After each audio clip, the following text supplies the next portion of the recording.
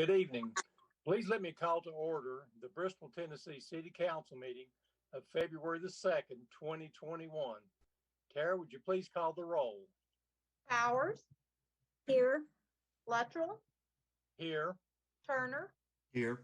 Fire Robin, Here. King. Here. I would like to welcome everyone and thank you for participating in tonight's meeting. Your interest in city government is appreciated. Please be patient with us this evening as we continue our utilization of an electronic platform for tonight's meeting. As is our practice, there will be an opportunity to speak on matters of city business this evening during the appearance of citizens section of the agenda. Instructions for participating in tonight's meeting is provided on the scrolling message at the bottom of your viewing screen.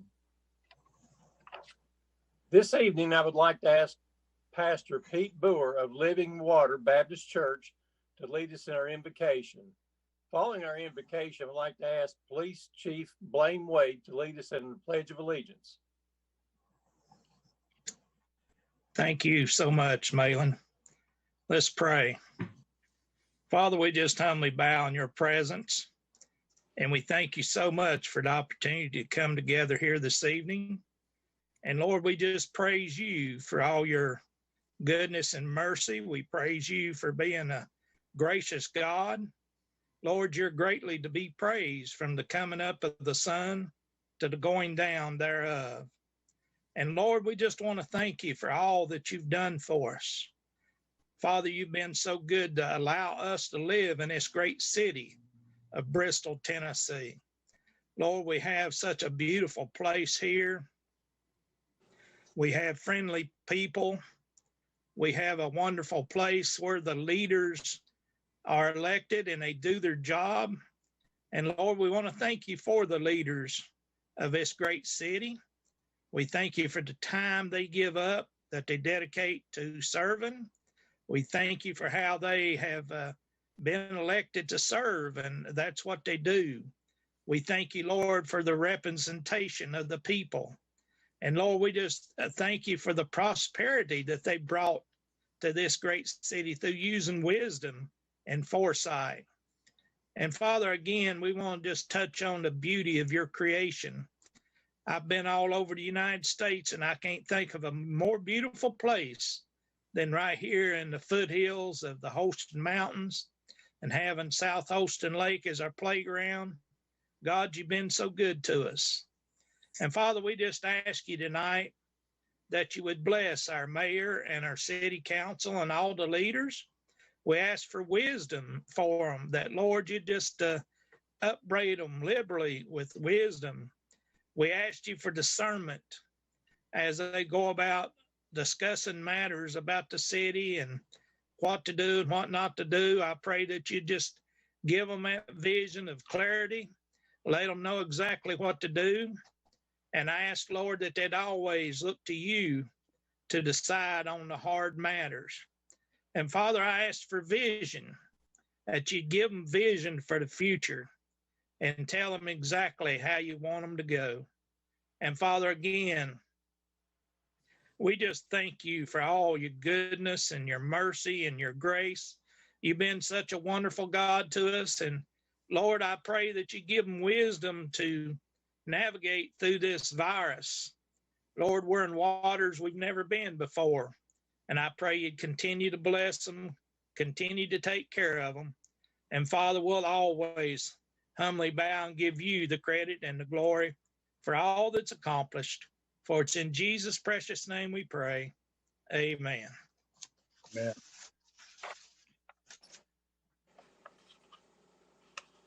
Put your hand over your heart.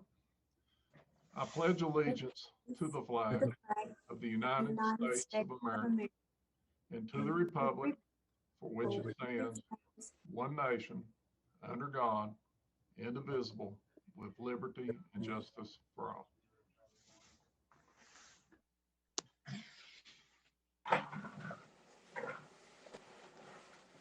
Thank you, Pastor, and thank you, Chief. At this time, I'd like to ask Ms. Danielle Smith, City Attorney, to discuss the statutory authority for conducting this meeting by electronic means. Ms. Smith? Good evening, Mayor. Thank you. As you all know, Governor Lee has suspended the provisions of the Open Meetings Act to the extent necessary for city councils to discuss their business electronically rather than meeting in person. One condition of meeting electronically is that if a member of council or staff is attending by audio only without video, you are asked to identify yourself by name and position when you speak. In order to proceed with meeting electronically, council should discuss, if necessary, whether such meeting is necessary to protect the health, safety, and welfare of Tennesseans in light of the COVID-19 outbreak. If no discussion is necessary, then council should move to a motion, a second, and a roll call vote. Motion to approve our meeting electronically. A second. Tara, would you please call the roll? Powers, Yes. Luttrell, Yes. Turner, Yes. Fire Robin, Yes. King. Yes. Thank you. Mr. Sword, do you have any items to be added to the agenda this evening? No, Mayor, our agenda is complete.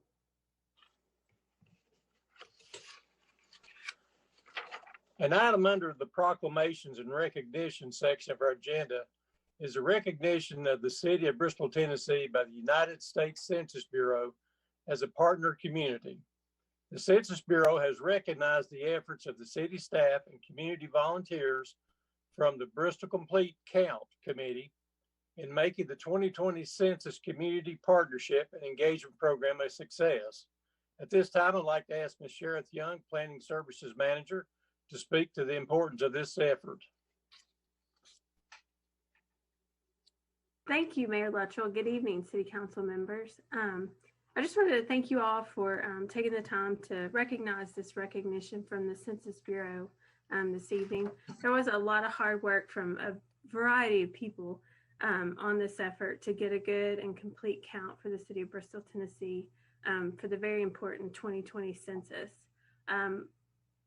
The Complete Count Committee members were instrumental in getting the message out to the community and in communicating with the public on how important the census effort is. And I'll just read quickly some of the folks that served on this committee. We have Councilwoman Margaret Fire Robin, Kayla Bird with the Bristol Public Library, Gary Childers with Highlands Fellowship Church, Mark Overton, Central Christian Church.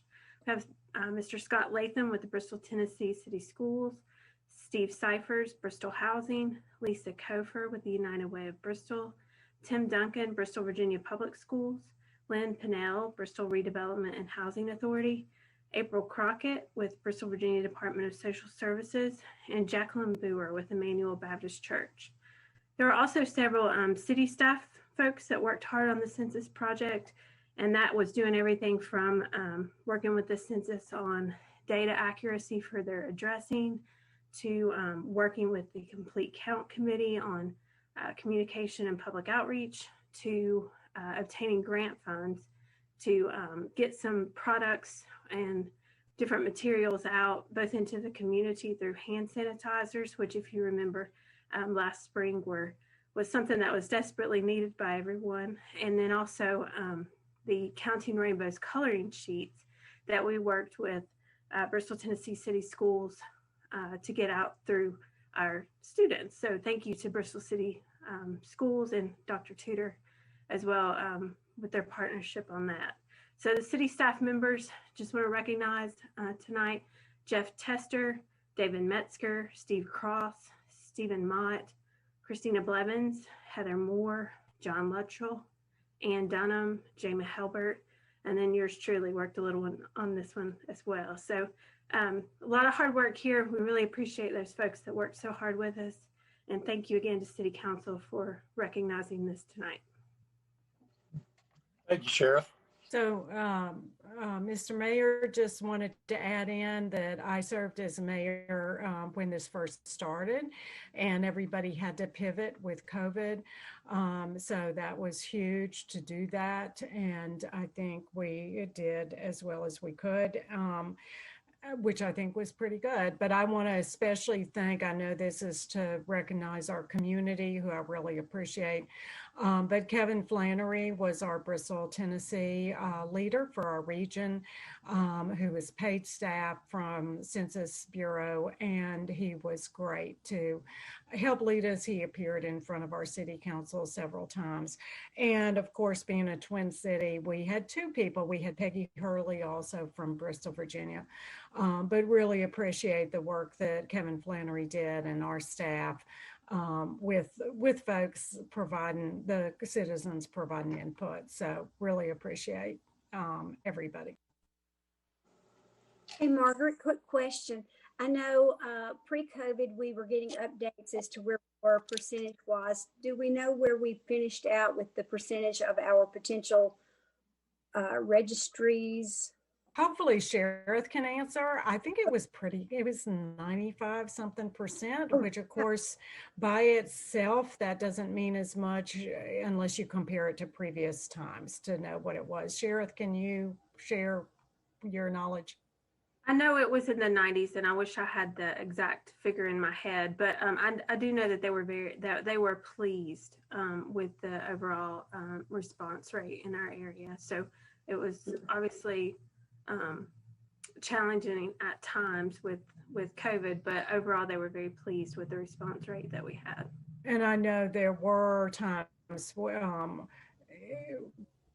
during the whole time, but particularly once COVID came about, fears about what the response would be. So hopefully as that information comes forward, we'll get a little bit more information. But again, just really appreciate our staff who worked really, really hard, and we got a grant that helped and then had to pivot on the grant because we couldn't use it the way we wanted to with COVID. And school system, yes, Dr. Tudor, thanks for working with us. As we know, the census is incredibly important in so many different areas. So appreciate everybody. Yeah, great work to everyone, by all means. We have one presentation on tonight's agenda. Last month, City Council approved Resolution 21-1, appropriating $30,000 to Believe in Bristol, Inc. for the purpose of establishing an outdoor dining grant program to assist our local food and beverage businesses, which were adversely impacted by the COVID-19 virus. This evening, Ms. Maggie Elliott, Executive Director of Believe in Bristol, is with us to provide an update on the grant program. Ms. Elliott? Thank you, Mayor, and thank you, Council, for having me this evening.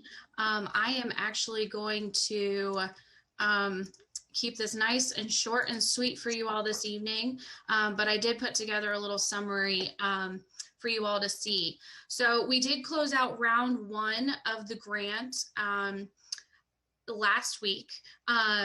Week before last, sorry, my weeks are running together. And we did receive, and the last week we spent reviewing those applications and deciding on awards. We did decide to award 7 businesses. You can see those listed there. We did receive additional applications, but unfortunately upon a compliance check with the Tennessee Pledge guidelines, we were not able to award all that applied. That was something that's very important for us with this grant program, is to make sure those businesses who are awarded are in compliance and are looking out for the best interest of our community. So you can see those businesses awarded. Not surprising, the equipment requests were nothing too out there. So we had tables and chairs, heaters and fire pits, and then a couple tents, and then some vinyl siding. So all equipment that we had expected people would apply for. So out of those 7 businesses, we have granted, we're in the process of granting this week, $21,000, which leaves us a minimum balance of $6,000 to open up round 2. So we will be opening up round 2 this week, so we don't lose any time on that. And we will have a 2-week period for that application, as we did for round 1. We're hoping that we can award 3 more businesses and have a nice round 10 businesses awarded, but that all depends on the applications that we do receive. We did award one $5,000 grant, which was the maximum grant allotted for this mini grant. The majority of the grants did fall within the range of $2,000 and $3,000. So we, again, are very, very thankful for this opportunity to be able to help out the food and beverage businesses in Bristol, Tennessee. And from there, I will open up any questions that you all have. Was there a lot of excitement from the participants, Maggie? There was. That was the Right. best part of my day. Absolutely. Yes. That's And I've good. already received some inquiries about a round 2. So I look forward to reviewing those next round of applications. And Maggie, just a reminder, the Tennessee Promise, people can find that online, but that's being sure that masks are used appropriately, which in eating places, it's not the whole time for customers, but it is for folks who are serving, et cetera. And we know that that's really important. So I appreciate that being part of the requirements, and also appreciate the folks who, the businesses that respect that and understand that that's how they stay open. Absolutely. Anyone else? Okay. Wonderful. I look forward to updating you after round 2. Thank you very much, Maggie. Thank you. We have no public hearings on tonight's agenda, so we'll move on to the appearance of citizens sections of our agenda. This section provides an opportunity for the public to address City Council. Comments are limited to matters of city business only. A response will not likely be made at this time, since in most cases, neither council nor the city manager will be prepared to effectively respond to the concern. The city manager will look into the matter and report back to City Council, or, as appropriate, have staff to meet with you in an effort to satisfy your concern. Comments are limited to 3 minutes per individual and are not transferable to other individuals. Groups are encouraged to select a spokesperson to represent them. If you would like to participate in this evening's appearance of citizens section on our agenda, please follow the instructions scrolling at the bottom of your viewing screen. Okay, at this time, we do have 2 callers in the queue for tonight's appearance of citizens.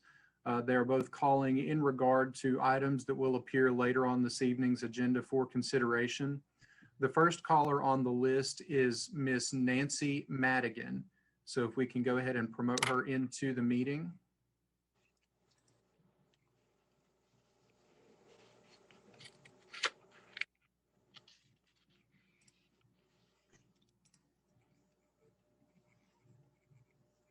Hello, thank you, Mr. Mayor and the council members. Am I being heard? You are, Yes. Miss Madigan. If you could please state your name and Oh, address okay, for the okay. I was record. so sure. My name is Nancy.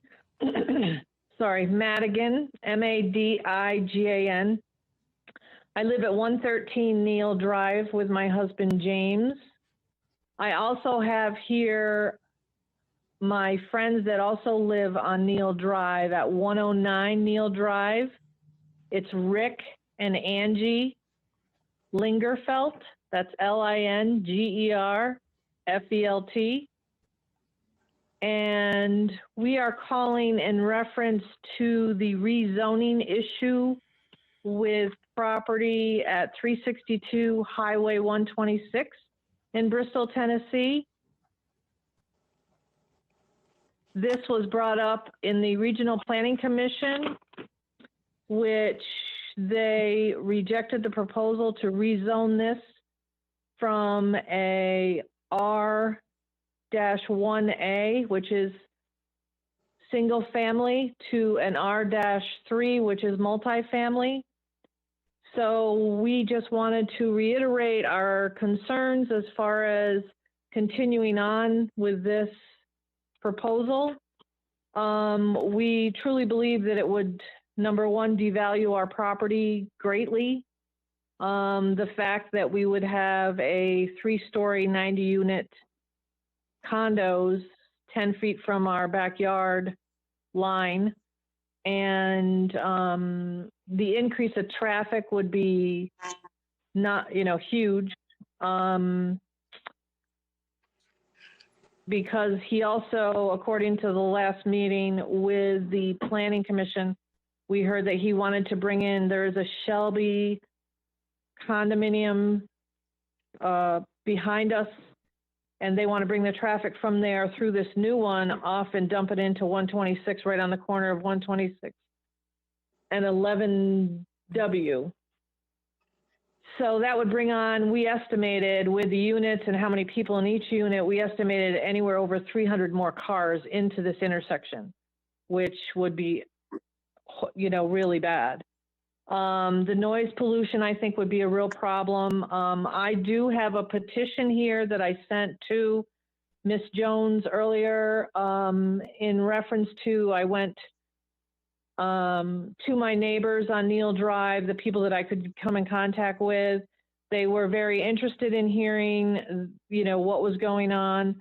And also that they were all wanted to say no for the rezoning due to the fact the eyesore, the traffic, the noise pollution, and the fact that the buildings are 3 stories high. And he's also proposing to put 90 units in 5 acres of land, which should only be 60 units, because he has an extra 2 acres that he can't use to construct, which I thought was pretty almost, not fair at all.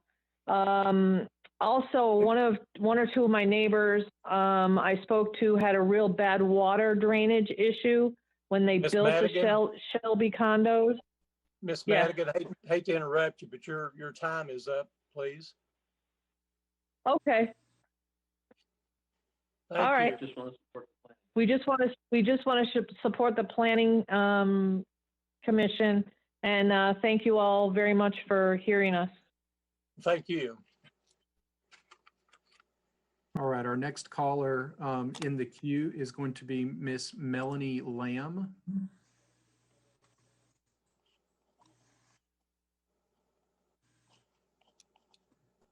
And Miss Lamb, once you are unmuted, if you could please state your name and address for the record. Yes, good evening to the City Council. Thank you for giving me the opportunity to speak. As mentioned, my name is Melanie Lamb. I'm an attorney at the Wilson Worthy Law Firm in Kingsport, and I represent Mark Corcoran, the applicant in connection with the rezoning of 362 Bluntbill Highway. Can everyone hear me? Yes, ma'am. Okay, thank you. First of all, while there is no formal plan before the city for consideration at this time, at this stage, it's just an application for rezoning. The proposed development would be multifamily apartments. I feel that this is a benefit for the city of Bristol because it would increase the city's tax base. The property in question is currently improved with a single family home, which has been abandoned. So it certainly is an eyesore for the neighborhood. That property is only assessed at $182,600 with the 4.78 acres roughly in question. I think it's a benefit for the city to allow this property to be rezoned to R3 because more housing is needed in Bristol. I think that's shown in vacancy rates at nearby apartments, which are very low, and rents have steadily been increasing. The proposed R3 zoning is consistent with the surrounding properties. Yes, there is the one neighborhood in question, and you heard from a few concerned neighbors that's zoned R1A, but other property surrounding this land is zoned R3 already. Or it has a business zoning classification. So I feel that this would be consistent with the neighborhood. The planning staff recommends the rezoning. And we feel that multifamily housing is the highest and best use of this property, and would create a good buffer between the single family subdivision and certain multifamily apartments known as West Ridge, which are on the other side of this property. And I think the concern the neighbors have is that they don't understand which apartment complex is in question. My client is a developer and property manager of multiple apartment complexes in the Tri-Cities community, including 2 in Sullivan County, Bloomingdale Terrace in Kingsport, and Shelby Heights in Bristol. He did something similar to Bloomingdale Terrace in Kingsport, acquired some additional land and built additional units. And he did construct a really nice fence and tree line separating the apartments from the existing neighborhood, and really making it more appealing both for the individuals leasing the apartments as well as those neighbors in the subdivision behind that property. You know, I've worked with Mr. Corcoran for years. He's a good person and manages his properties to a high standard. I feel that he would be a good steward of this property and a good neighbor to the community, and he will certainly take into consideration the concerns that have been raised in this rezoning process and will address those concerns. Thank you. Thank you, Ms. Lamb. Thank you. All right, at this time, we have no additional callers in queue.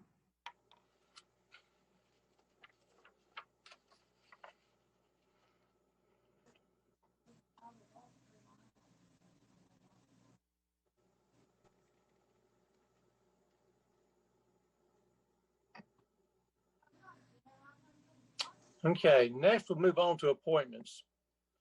This evening we have candidates to be considered for appointments to three of our boards, excuse me.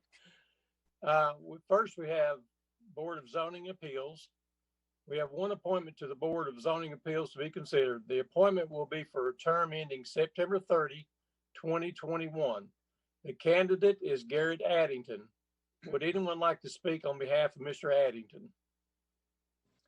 I would like to talk about Garrett a little bit. Garrett's in the real estate business for the last several years. He's a young guy and has a lot of good ideas. I feel that he'd be a great asset to the Board of Zoning Appeals.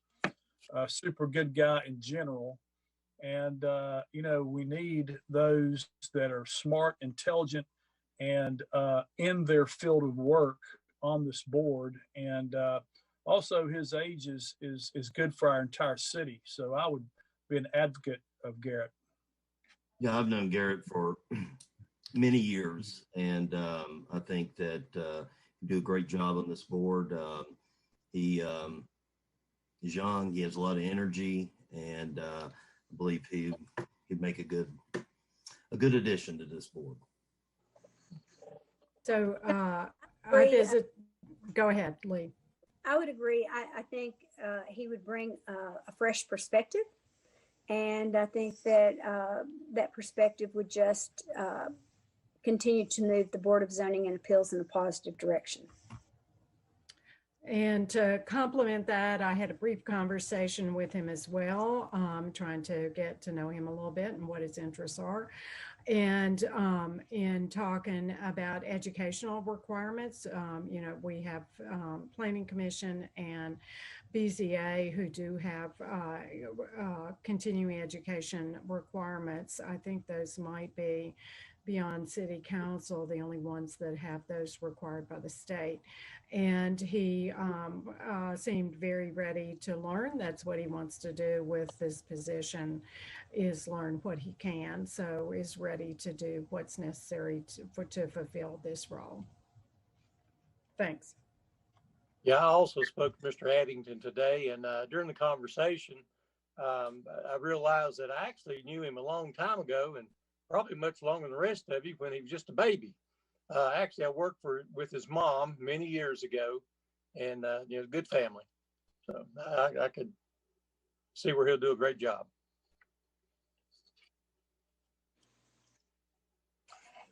Okay, Tara, I believe we're ready to take a vote.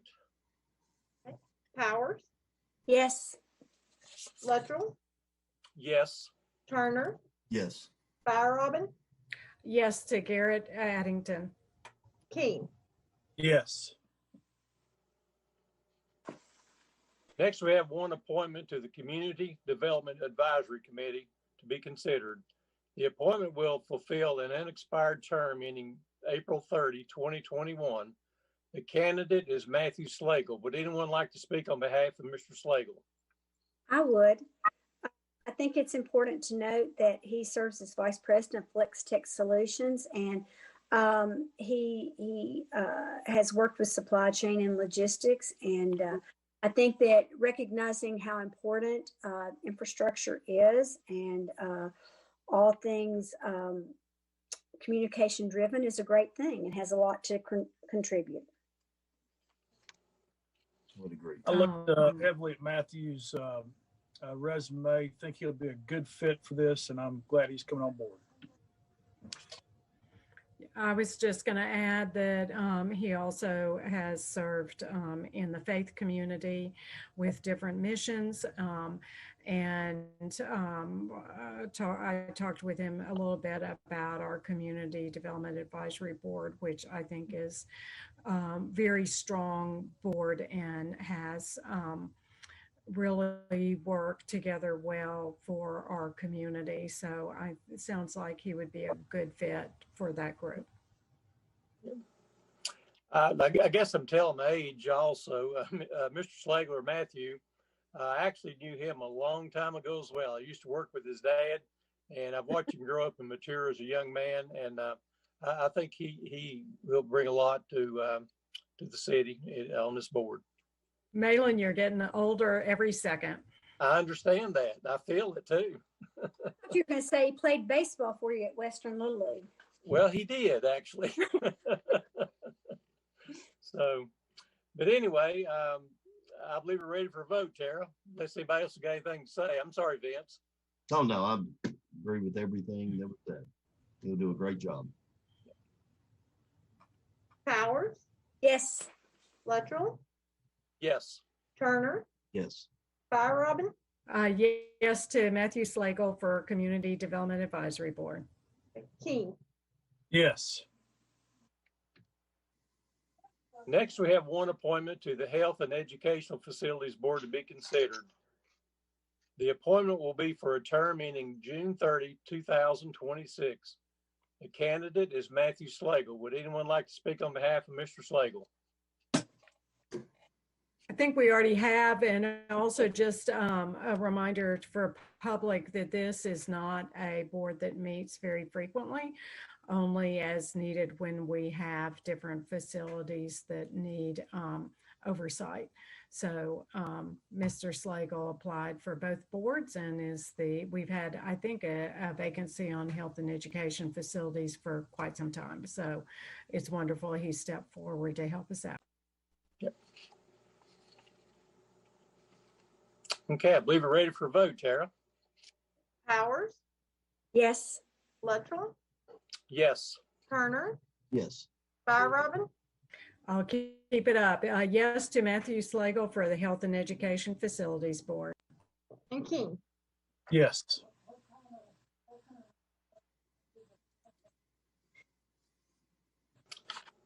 Okay, we'll move on to ordinances and resolutions. We have two ordinances for consideration on first reading this evening. The first item of our agenda is the first reading of ordinance 21-1, amending section 405 of the zoning ordinances as it relates to B3 General Business Zoning District. Mr. Sora, would you please summarize ordinance 21-1? Yes, Mayor, I believe as council's aware, the Planning Commission over the last several months has reviewed proposed amendments to Chapter 4, Section 405 of the zoning ordinance as it relates to residential development within the B3 General Business District. This discussion by the Planning Commission and staff was really an outgrowth of council's efforts throughout most of last year to develop enhancements to residential development opportunities and certainly remove any statutory impediments that might exist within our zoning ordinance. Proposed amendments will reduce lot size and setback requirements for single family and two family or duplex homes located within the B3 General Business District. In addition, the amendments will allow for multifamily residential use by right as opposed to a special use permit, and will also increase densities to 35 units per acre within this district. Ms. Young reviewed this matter for City Council during their January 26th work session, and will also detail this issue for the public this evening. If approved on first reading, the item will come back to you for consideration on second reading at your May 2nd meeting. There'll also be a public hearing associated with that reading. Sheriff? Thank you, Mr. Sora. So as Mr. Sora stated in his introduction, this is something that the Planning Commission has been at work on for the past few months. The fall, really, they've studied this issue in their meetings, and I'll go through just really on my first slide the highlights of what changes with this proposed ordinance. And it does affect residential development in the B3 zone, as opposed to the commercial development in the B3 zone. So for single family and two family developments, this would reduce the lot size to 5,000 square feet. It changes the setbacks a little bit, and I'll show you a slide in just a second that will show exactly how everything's changing, but it changes the setbacks to go to a 25-foot front yard, 20-foot rear yard, and 5-foot side yard setbacks. And then it increases the maximum building coverage per lot to 45%. From a multifamily development perspective, this proposed ordinance changes the multifamily use to a by right use. So that means it's a permitted use as long as someone comes in and completes all of the proper applications and permits. But it would not require a special use permit as multifamily developments currently do in the B3 zone. So that step to go to the Planning Commission for the special use permit would be removed with this proposal. The density is increased to 35 units per acre, which is the same as our R5 zoning density. If a structure is less than 30 feet in height, the setbacks are the same as single family. If it's greater than 30 feet in height, then you're required to do a 3-to-1 height side yard setback ratio. So it increases the setback on the side yard if you do go taller. And then again, in multifamily, we would propose increasing the maximum building coverage per lot to 45%. So here are the red line changes, so you can see what's proposed as far as the change goes. This is the permitted use list that's currently in our B3 district. So you'll see on item HH, this outlines the residential uses in that district. It would remove the R2 space requirements reference from it's HH item 1. It would set in place its own development requirements for single family and two family residences in our next slide, which is a chart I'll show you in just a second.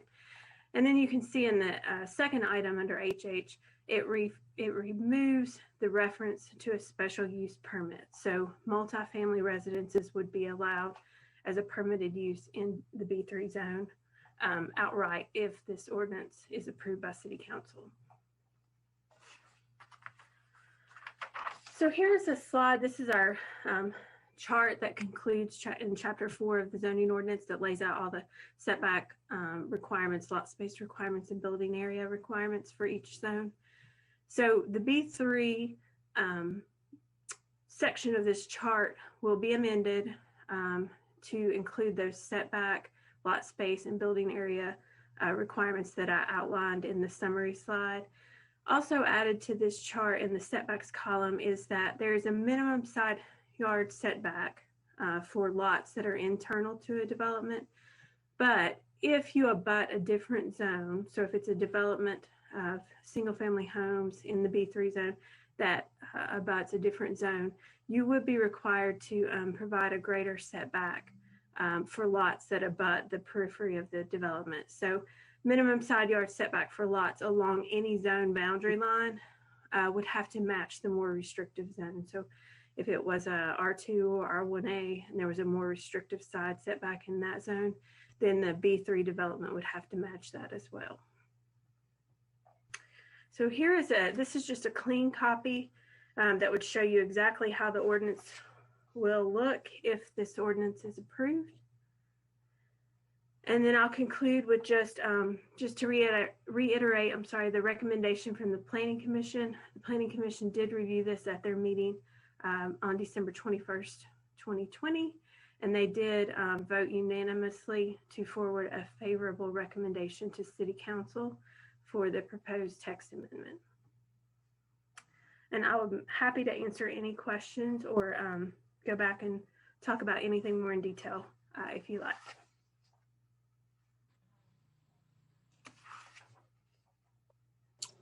Okay, any question for Sheriff? Is there a motion to take action on this item? Motion to approve ordinance 2021. Second. Go for Powers. Would any member of council like to discuss ordinance 21-1?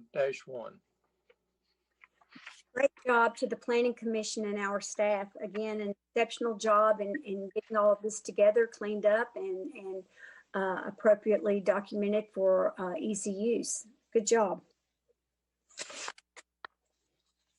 I could just add in, and we've seen stuff on our agenda over the past several months, but Planning Commission with our planning staff leading, we have done a lot of clarifications, improvements, revisions, etc.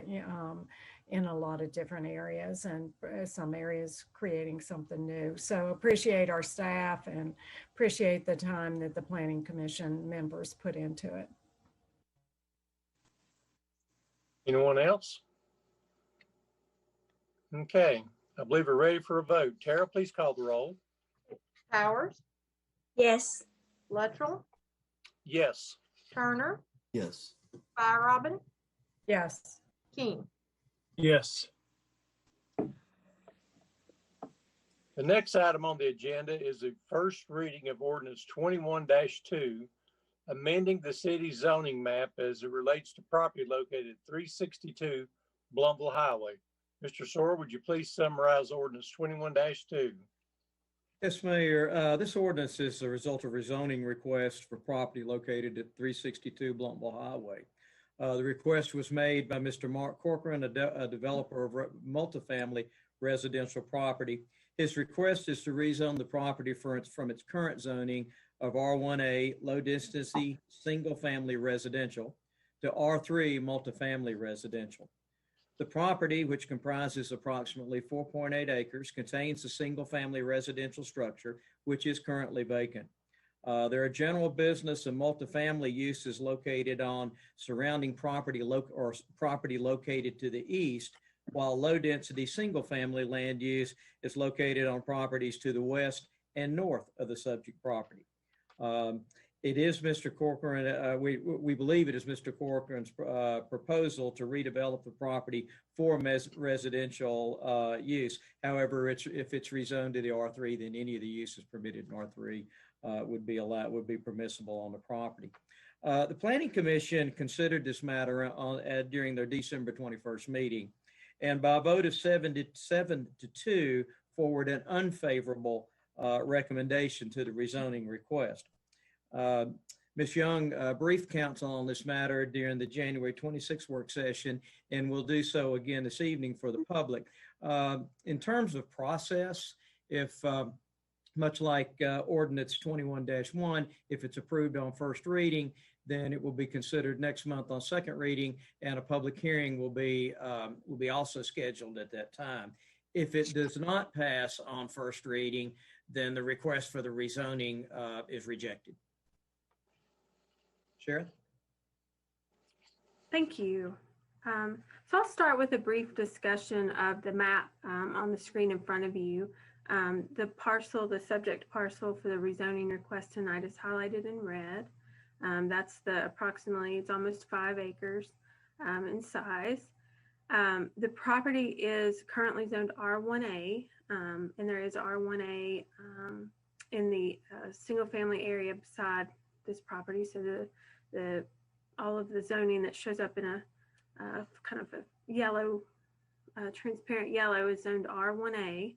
There is R3, which is what the requested zoning is for this rezoning application in behind. So these properties that have multifamily on them already are zoned R3. So all three of these parcels here that the laser is highlighting are zoned R3 already.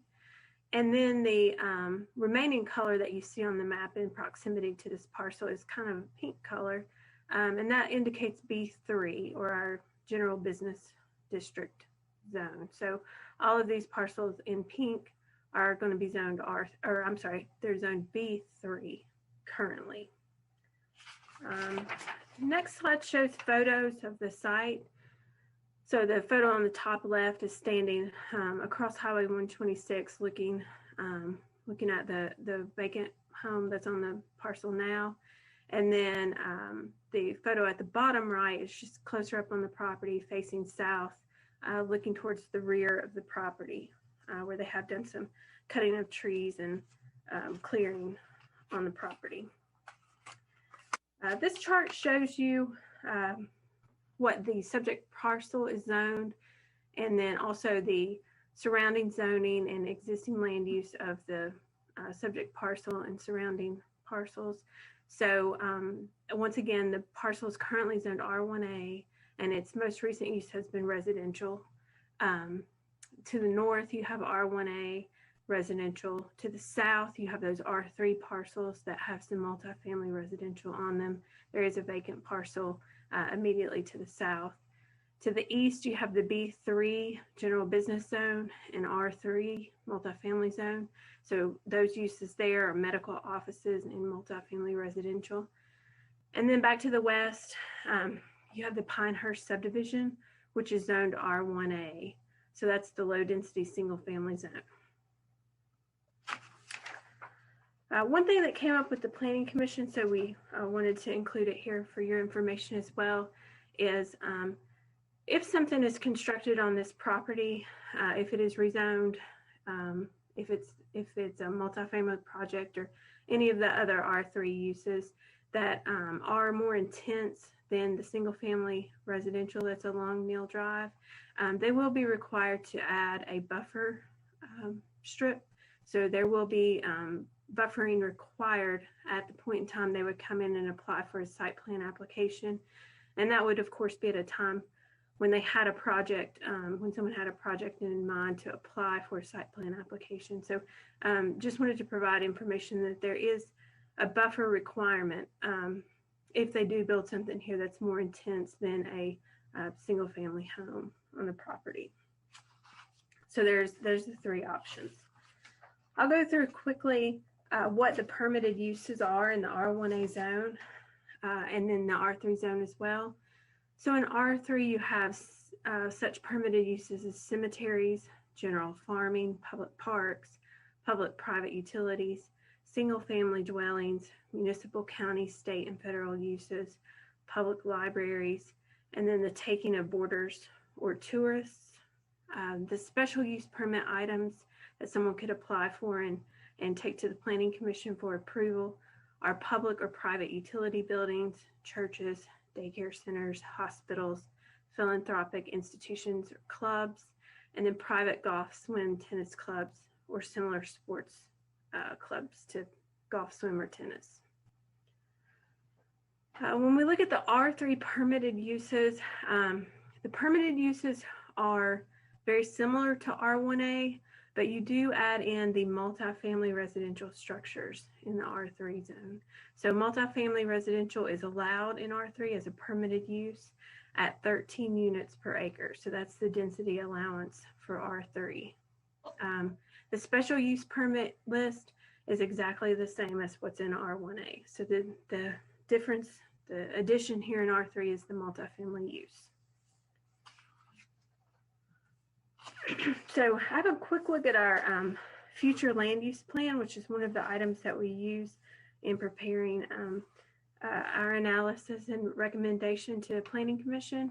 The future land use map for the city of Bristol indicates that this property would be developed as there's some commercial classification on this property, also high density residential. So I have a zoomed in map, I believe, on the next slide, but I'll just talk through the areas where we do have these transitions. So you can see the top corner of the lot does have a pink color, which is indicates commercial land use classification. The remainder, the balance, kind of an orange brown color, indicates high density residential. So when we have these situations occur, one of the things the policies task us to look at is kind of everything going on in the area. So we don't have to look at that split as parcel specific. But staff did feel that the R3 zone was more appropriate than a B3 or commercial zone on this property. We also looked at policy 2 of the future land use plan, which talks about the need for the city to have a diverse housing inventory, which supports the local population, attracts new residents, and creates high quality residential environment. And also aims to provide transition areas between lower density single family developments and non-residential uses such as our commercial areas. So that's the policy that we used in preparing our staff recommendation to Planning Commission. We did place a public notification sign on the property announcing the request, the meeting date, and location. We did mail letters to the adjacent property owners, letting them know about the meeting, and then also providing a return comment sheet so they could provide comments and questions back to staff on the rezoning request. We did receive 6 comment letters back.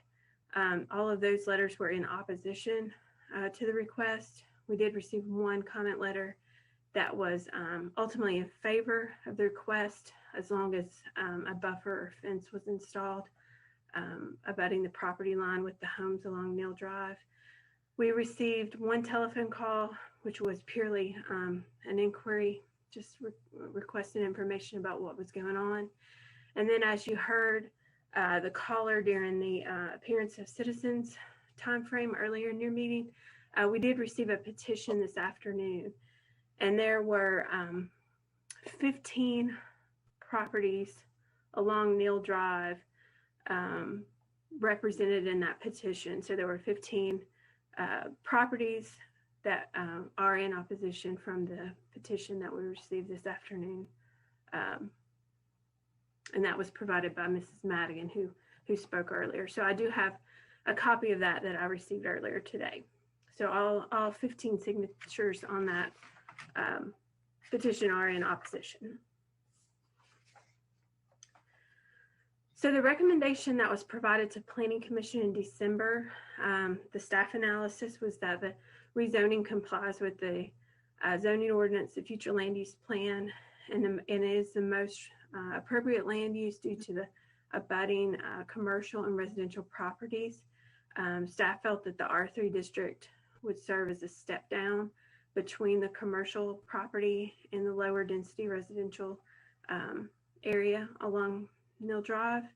And staff recommendation to the Planning Commission was for a favorable recommendation to City Council. During the meeting on December 21st, Planning Commission discussed this rezoning application, and they did ultimately vote. It was a 7-2 vote to send an unfavorable recommendation to City Council. Planning Commission felt that the existing zoning provided a better buffer for the neighborhood, and they were concerned about the potential density of a multifamily project if the property were rezoned to R3 and if a multifamily project were developed. And with that, I'd be happy to answer any questions that you may have or provide more information on any of.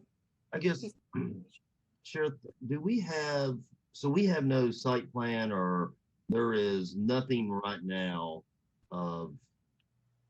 that we've received on this? Correct.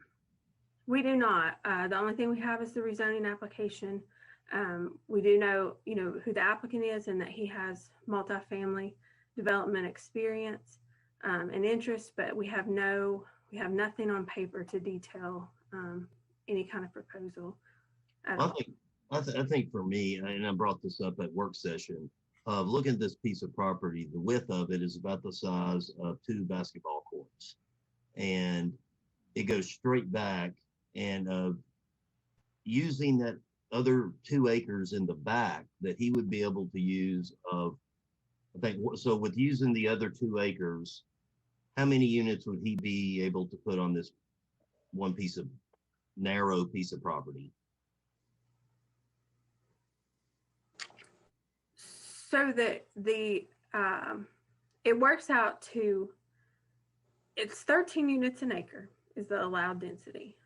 With the parcel, just the parcel that he's applied for, that comes out to about 62 units. If you add in another, and we didn't know exactly the acreage of that B3 or the R3 piece in behind, but you're looking at about another 1.5 acres at least. So, I mean, you're getting 82, 80, into the 80s. But again, I guess the caution I had at Planning Commission in discussing the numbers was that's not based on anything else. What realistically can be done, that's not looking at the engineering, that's not looking at anything like that. But those are the pure numbers based on the density allowed in that zone. Right. That's my I mean, if there was a site plan, because if we are rezoning this piece of property, then really, I mean, if he can squeeze them in there, and I guess I don't even see, if you're looking at of having the buffer from the neighborhood and placing a buffer, and if you're talking about even at 62, you're going to have probably at least 120 automobiles to park somewhere, and then somewhere for them to live. I just don't see, and I think without some type of site plan or on this piece of property, I think the chief of the fire chief, I asked, I said, could you turn a truck around in there? Of how would, with putting in a 2-way road, is there room on this piece of property of what could be crammed in there? And I don't know, I'm all for, I know that there is a housing need in our city, but without seeing some type of site plan and drawings of what this is going to look like, I just don't see of us rezoning it without having more information. And the other piece of property of why that's not going to be in use, it's more looks to be a better use of property for this versus this narrow strip. So Vince, I think the other property has topographical challenges for it, but just a reminder that our processes don't require site plans, and that is a cost frequently, and I think that's what this one Sheriff can confirm, but that the developer is waiting to purchase the property dependent on the rezoning. Is that correct on this one, Sheriff, or not correct? Does he own it yet? He does not, is my right.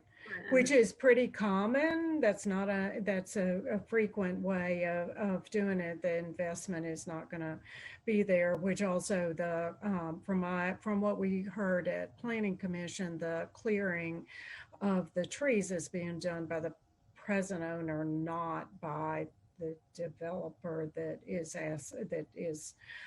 coming forth with hoping for the rezoning.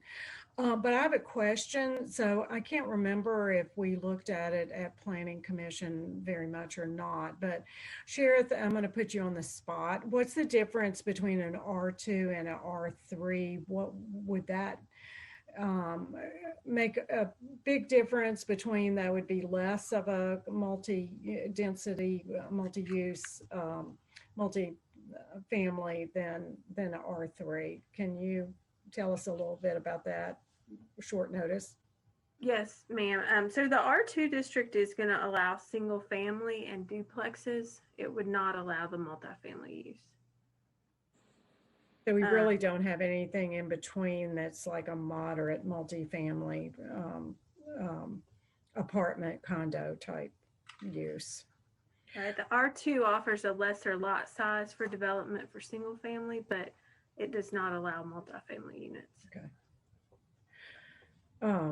And I guess the other thing too, in looking at some of the restrictions, it's my understanding, and again, Sheriff, you can confirm that during the site plan process, the turnaround for the trucks, the different things that are required in parking spaces, et cetera, that's what you all look at. And if it doesn't work, they can't put those the same number. It has to be able to all fit together. Is that correct?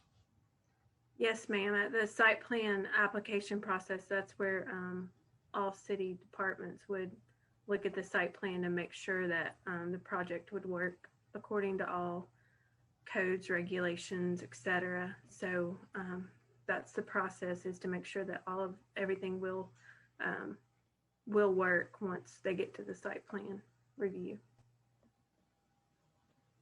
I think these are. I'm sorry. I think these are all great points.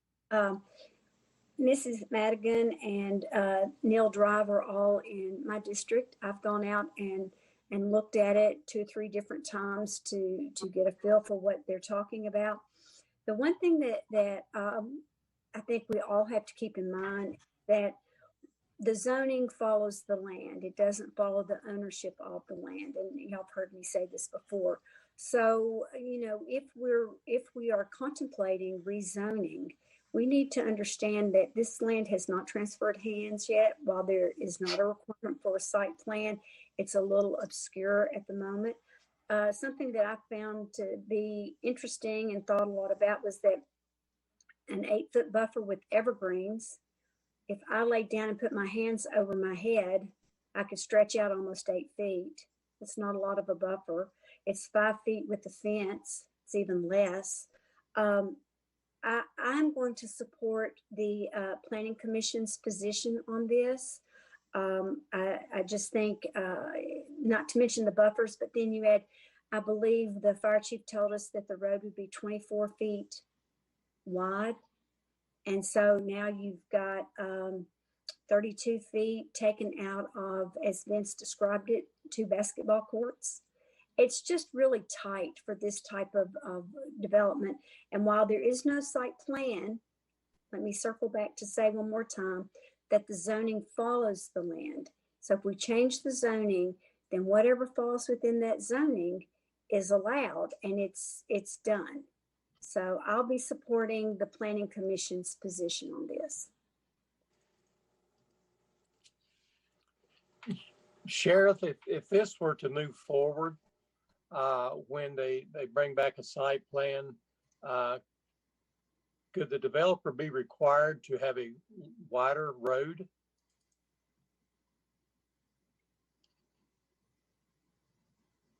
So the minimum, I think the 24 feet reference was coming from, that's the minimum width for 2-way access. I don't know. I mean, I guess I'm gonna guess what the issue may be is if there was an issue with fire trucks or something like that, could they possibly need to have a wider road? Then yes, it's possible. I mean, those are all the comments that go into review of the site plan application. But the 24-foot reference is at least a reference to the minimum access way in the zoning ordinance for 2-way traffic. And would that be considered a public road or a private road? So that would be just their driveway. Typically, they're private roads. That would be for the project. And you said the developer wanting to purchase the land owns, did you say Shelby Apartments behind it? Shelby Heights, yes. Shelby Heights. So it's not the West Ridge Apartments, it's the Shelby Heights Apartments. And was one of the ladies, or the lady who that lives on Neil Drive, mentioned that there was some kind of relationship, or let me say this, drive-through relationship between the two properties? Is there anything, when I walked the property and looked at it from all angles, it looked like the elevation was totally different on the Shelby Heights Apartments versus this land. So I don't see how there could be any type of commingling of traffic or parking in between the two. Is that correct to say? So in the planning commission discussion, there was discussion about potential to provide access from Shelby Heights through this parcel out onto highway or Bluntman Highway. But we just have not seen anything as far as plans or any kind of specifics that would allow staff to say that that's possible or not at this point. It was just a concept that came up during that meeting that was discussed, but we don't have any kind of anything on paper to evaluate whether that's really possible or not at this point. They had to approve. Oh, I'm sorry. Go ahead, Jim. I was just going to ask, in the current zoning, the total number of units that can be put on the property is what right now? So currently the property is zoned R1A, and R1A allows one home per parcel, and the minimum lot requirement for a parcel in R1A is 14,520 square feet. So you can only do single family development there currently. So it looks like that works out to about 3 units per acre. And it looked like, I was going to say, it looked like there's maybe 15 lots that had already been sectioned off. So we're talking about 15 dwellings versus a potential of 82 dwellings with the new zoning. Ballpark. So ballpark would be, let's see.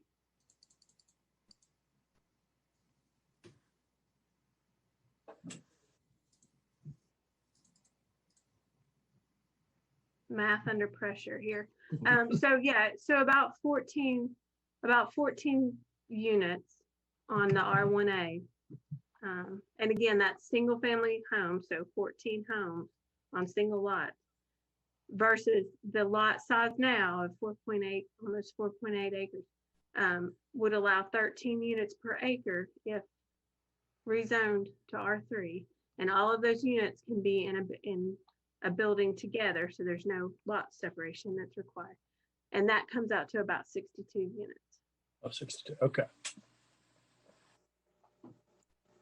Would they be, would there have to be some type of permit of the way these lots are laid out, of talking about the traffic from the other complex, of coming out that way? Would there be, if they decided, if the land connects and decided to just open it up to where, would there be some type of permit they would need, or what would they have to go through to allow them to use that road? Is there anything? So again, that's something that we would look at in the site plan phase when we had a project to truly evaluate. And I'll let Tim or Bill correct me here if I'm off base, but that would be a private drive for the development. And if they had access onto Bluntman Highway, that's a state route that TDOT would be involved in issuing that permit to connect at that point. That is correct.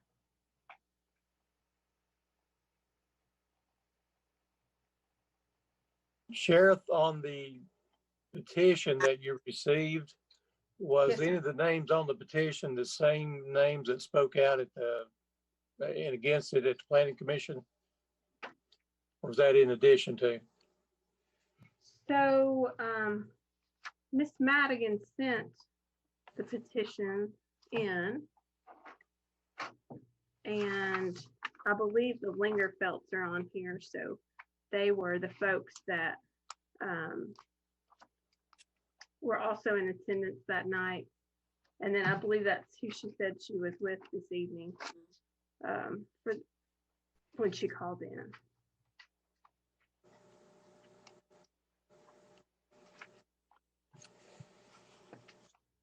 Got it right here somewhere. Let's see.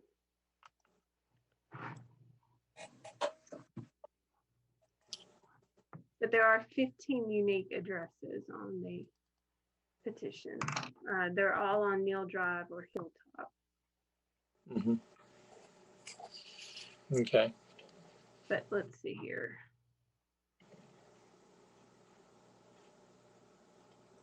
Just make sure I tell you correctly.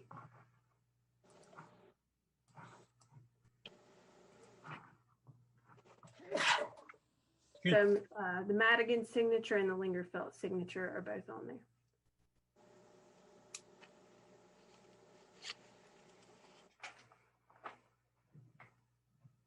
But the opposition that has grown, that there's no question.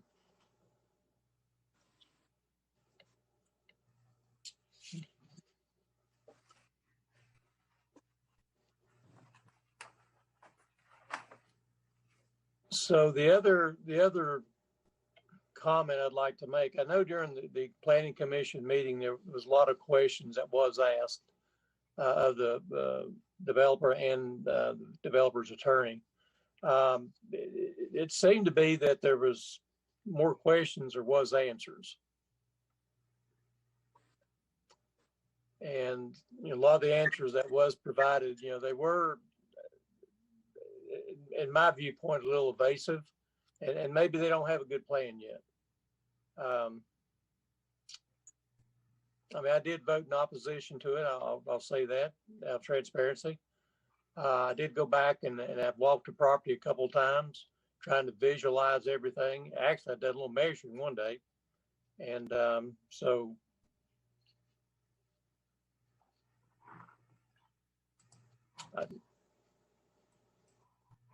And what did you think, Malin, with your measurement of you being out there? I have not walked. I will say I have not walked the property of. Yeah, the access road and such, and the reason I'm asking that and want to know if it's a private drive or going to be a public street. We have developments in the city right now that are multifamily. Some of them started out, they look very nice, very neat. But then as time has grown, it seems to be that, the streets are getting fuller. You're having a lot of traffic is parking on the streets. Even people's got a perfectly good driveway and a perfectly good garage, they still elect to park on the street for convenience. And I know it's allowed. You've also got a lot of folks that's, putting their trash cans out there that just sometimes they stay for days in when they should be off. So in thinking about, trying to get emergency vehicles around, and I think it could be it is a concern. So that's a little bit of concern I've got with looking at this property at this time as well.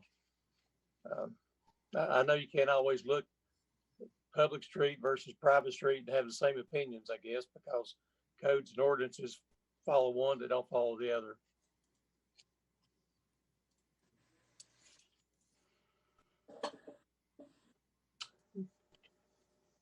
Any other questions?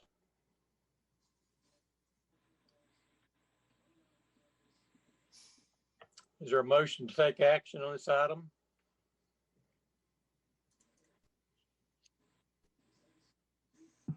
I think our attorney approves at least in the past, would prefer an action rather than no action.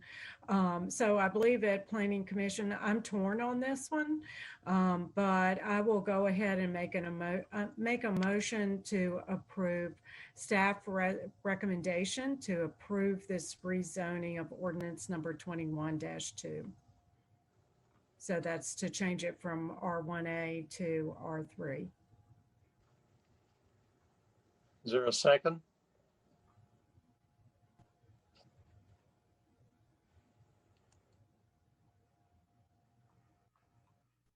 Failing to have a second, then the motion would fail and the rezoning request would be denied. Again, does our attorney, do you prefer us to vote something down rather than have something die for lack of motion? Does it matter? Councilwoman, I don't believe it really matters from the effectiveness. If you guys are not willing to vote on this, then you are not willing to vote on it. Could I ask a question at this time, Danielle? Sure. Okay. Question I would have, and this is, would the developer, potential developer, have an opportunity later on to resubmit for rezoning and submit a master plan for that property? Well, Or is it one and done? a rezoning does not require any kind of master plan, and nothing in our ordinance requires them to provide any plans for what they want to do with the property after it's rezoned. The developer in this case has provided a lot of information, but they did not have to do so. You guys are presented with the request to rezone, and what you know is that any use that is laid out in our zoning ordinance is permitted once you've rezoned the property. And so I don't think we could go back to the developer and say, you will consider your rezoning if you submit a master plan that lays out the things that we want. That would be difficult. And it also raises the question of what happens if the developer is unable to proceed. The property has already been rezoned at that point. Mm-hmm. So I would encourage you to think of the property as a rezoning that would allow any of the uses allowed in the R3. Mm-hmm. No, I was only suggesting if the developer wanted to bring that back on his own and request the zoning again at a later date. I believe so, yes. I don't think there's anything in our ordinance that puts any time limit on that request. So I think there is the opportunity to come back and request it again. Okay, thank you. Yeah. So do we? I was just going to say, I assume that that developer or anybody else could come back with a request for an R2 per se, and have that considered as well. Yes, whatever the owner or the person with an interest in the property wants to ask for, they're welcome to put in that application. And that would start the process all over again. Yes. Planning commission and staff review and so forth. Okay. Okay. Not here in a second. I guess this ordinance dies, or this request dies. The motion has failed for lack of a second, so there's no way to vote on it at this point. And the rezoning request is therefore denied. Okay. Yes.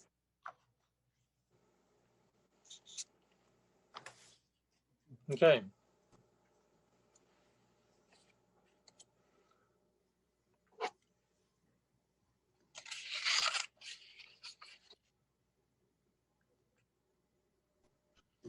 Next, we'll move on. We have no ordinance on our agenda for second reading this evening, so we'll move on to resolutions.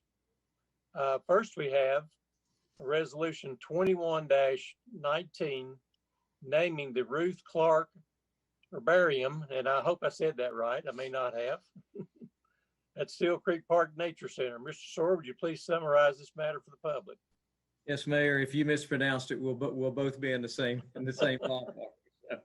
Yes, Resolution 2119 does officially rename the herbarium at the Nature Center at Steel Creek Park in honor of and in memory of Miss Ruth Clark. This issue was brought forth by the Friends of Steel Creek Nature Center It was considered by our Parks and Recreation Commission at their January 7th meeting and received unanimous approval. I would like to ask Terry Napier, our Director of Parks and Recreation, to speak to the activities and contributions that Ms. Clark has made to the Nature Center for a number of years. And then I think also Councilwoman Fire Robin and perhaps others on council familiar with Ms. Clark and her work would also like to speak to this matter. Terry? Thank you, Mr. Thorpe. Of course, most of you are aware of the ever-growing exhibits and changes at Steel Creek Park Nature Center. One of the outstanding things that we have at the Nature Center is our collections. One of those collections is our herbarium, and our current herbarium features over 1,100 plants. That herbarium was actually started back in 2008 by Miss Clark. And she herself went out, collected, processed, labeled about 393 of those plants. We have what would be considered a very massive collection for our size and what we have. It's been used for the basis of at least one Master of Science thesis at ETSU. So it is a very important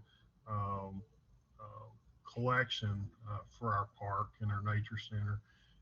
To that end, the passing of Ms. Clark in 2002, or in February of 2020, the Friends in conversation in one of our planning meetings asked about the possibility of when we moved the herbarium into the new cabinets, into the new part of the center, that we name it in honor of Ms. Clark.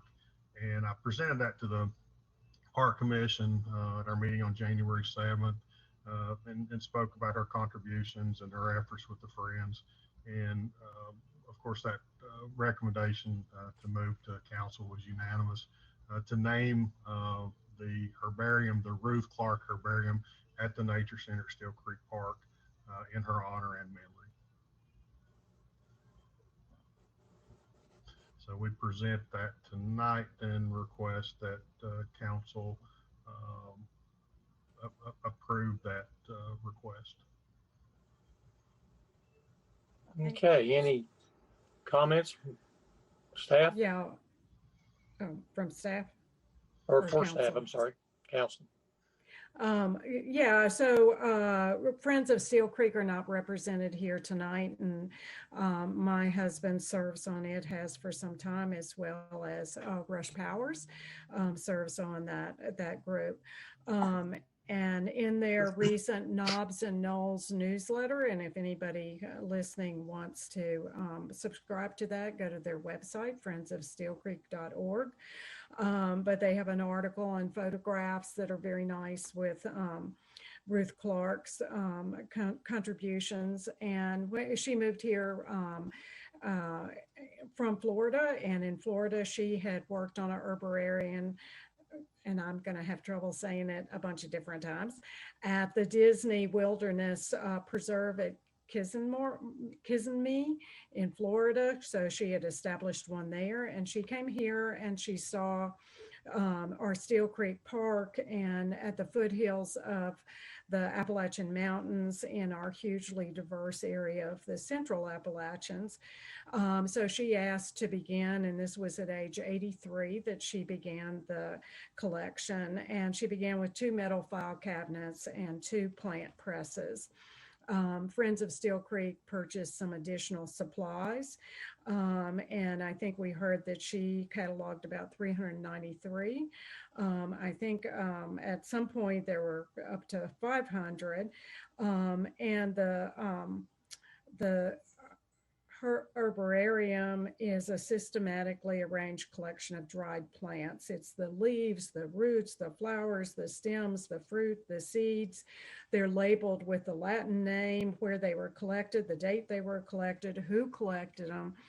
And they are blotted and dried, and then they are mounted. So she did that process. She also worked with her daughter, Mary Clark, with our Steel Creek Nature Center and Park naturalist, Larry McDaniel at the time, Master Gardener Sharon Foster, who volunteered her time, naturalist who still works at our Nature Center, Don Holt, and then a volunteer, Adrian Hess. And Terry Napier referred to ETSU master's thesis, and that was Phil Klaus, K-L-A-H-S, I think, from ETSU, who was there 2014 through 2015. And brought that number up to about 1,000, and now it's about 1,100 different species. The collection continues. It's not something that you finish with and call it done. And so she began at age 83, and she died Ruth Clark died at 93. Her contributions were recognized by Friends of Steel Creek at an annual meeting in 2016. And then they would like to recognize her further with this naming. So this is like Terry Napier said, this is just another contribution of our Nature Center and of Steel Creek Park that we are so very proud of with what goes on there and what it represents. So I think it's very appropriate that we approve it. Thank you. Don't you think it's just reminiscent of our Bristol citizens, great folks like Ruth Clark that step up over a period of years, take their volunteer time or precious time from other areas and volunteer their time for things like this within our community. It really shows what citizens, really great citizens we do have in Bristol. So I wholeheartedly agree that we should proceed with this naming. I agree. Lee, you're muted, but also while she's unmuted, also I will just, we have outstanding staff, and a lot of it is because they are so passionate. Larry McDaniel retired not too long ago, extraordinarily passionate. His specialty overall was moths. We have Don Holt, who continues to work there, very passionate. And then our Nature Center director, Jeremy Stout, who is so very passionate. Yes, and thank you, Margaret. And I've been in touch with Jeremy about a few other additional, perhaps opportunities. And I think it's important for our general public to know, as well as all of us on council, that Steels Creek Park is the third largest municipal park in the state. It is absolutely a bastion of undisturbed natural beauty, thus making it a natural laboratory. We've had folks from ETSU, from Virginia Tech to all come and study in Steels Creek Park.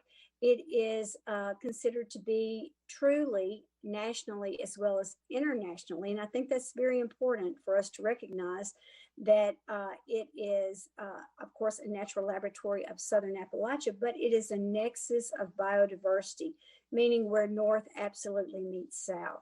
When we look at this, we realize that the changes in elevation mimic those same changes in latitude. It provides for a liminal space. It's smaller, it's larger than a habitat, but smaller than some ecosystems. For example, there are two different species of flying squirrels, one that's indicative of our northern range and another of our southern range. In Northeast Tennessee and Southwest Virginia, it has the largest salamander, diversity of salamander species. It's larger in Steels Creek Park than what you would find in Europe and Asia combined, if you can imagine. And I got all of this information from Jeremy. I think it's really important. One other little tidbit that I'd like to share is that in Steels Creek Park, we have the largest diversity of what's known as small woodies, which are trees and shrubs of a temperate forest. It is the largest diversity of a temperate forest, small woodies, of the whole globe. It's here in Steels Creek Park. We know that an emerging industry is ecological tourism. And with this wonder of biodiversity that we have within our city limits, I think we're very fortunate. It's incumbent upon us to take the lead from Mrs. Clark to preserve what is there, but to set it up to be shared with others around us for research as well as for tourism. It's really exciting. I had no idea the range of diversity that we have here, and we have had lots of people come to study what we have in our back door. And just to add in, Kevin Hammond, who served several years as our Nature Center director, did his doctorate on salamanders and is now a professor at Virginia Tech. Correct. Thank you. Yeah, it's absolutely amazing everything that that we have down at Steels Creek. And it seemed like every time you turn around, Jeremy's finding something else that's down there. So, we're very blessed to have the talent, expertise to maintain and to recognize all the creatures and plants and wildlife that's there in Steels Creek and in the area. And then also, the people that come forward and donate and do the other work behind the scenes that a lot of us don't even see. So yeah, it's just very amazing that we have that. Okay. Mr. Mayor, I'd like to make a motion to approve this resolution 2119, naming Ruth Clark Herbarium at the Nature Center at Steel Creek Park. I'd like to second that motion, 2119. Any additional discussion? Okay, Tara, I believe we're ready for a vote. Would you please call the roll? Powers, Yes. Luttrell, Yes. Turner, Yes. Fire Robin, Yes. King. Yes. Thank you. Next, we have resolution 21-20, approving a mid-year compensation adjustment for city employees. Mr. Soar, would you please summarize this matter for the public? Yes, Mayor. As council may recall during our budget discussions for fiscal 21, and the time element of this is the spring of last year, in which we were just beginning to understand the implications of the pandemic and certainly the economic piece of that. During our discussions, we had just realized most of our retail shopping had been closed from mid-March to early May and was beginning to reopen. And so naturally, we took a very cautionary approach to the development of our fiscal 21 budget. But during all of that conversation, we indicated that we would return in January and take a look at our local option sales tax receipts for the first 5 months, of which we would have information through the end of November at that time, and try to make a judgment call as to the performance of actual versus budget, and would there be an opportunity to make a mid-year adjustment for our employees in terms of their compensation. And we found that, in fact, the local option sales tax did perform well in the first 5 months. Our Christmas receipts won't be known until for probably another 2 to 3 weeks. But through November, we finished very, very strong. So it's the discussion we had during our work session on the 26th involved doing a 1% across the board adjustment for all city employees. And then for those employees who were identified in the fiscal 2018 study conducted by a third party that analyzed our compensation, that analyzed our pay scale, and made recommended adjustments, and really identified about half of our workforce that was not in a competitive wage with the communities around us. And so they set forth a 5-year plan for us to follow, and we've implemented one of those. This would implement the second phase for the balance of the fiscal year, and of course there was very positive comments toward the further implementation of addressing that pay plan in the fiscal 22 budget. But before you tonight in resolution 2120 is to provide for an increase of 1% across the board for all of our employees, full and part-time, as well as making a 25% adjustment for those full-time employees that are still identified as being in the compressed salary range. So that would be effective immediately. The financial impact is a little over $100,000 for the balance of this fiscal year, and that includes salary and benefits. Okay, any member of council have questions for the staff? So just to clarify, so this is, and I'm trying to remember all our discussion and what y'all shared at the work session.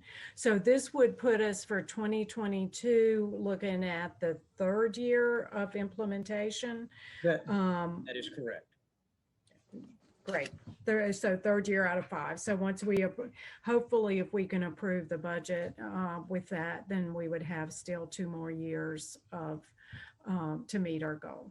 Well, if you recall from the conversations, you're right, it would be the third year, but there was also desire. There was a presentation made that gave the third year implementation, and then what it would cost to split the balance of it in half, so that actually the implementation could go forward over a 2-year period and would be complete by fiscal 23. By fiscal 23. Yes. Great. Yep. Thanks. That would be very exciting. Yes, ma'am. Is there a motion to take action on this item? Motion Motion to approve. Go ahead, Chad. Motion to approve resolution 2120, approving the mid-year fiscal year pay increase for city employees. Second. Any additional discussion on the resolution 21-20? So I'll just add that I think all of us really express a lot how much we appreciate our employees and their commitments, their enthusiasm, the work ethic, et cetera. But when it comes down to it, I think this is putting the money where our mouth is, that we're not just saying we appreciate them, but we're showing it that we do appreciate our employees. And I appreciate Mary Mr. Lee Mayor, for helping us. Was there a second for that motion? Yes, Yes. Councilman Turner. Okay, Yeah. thank you.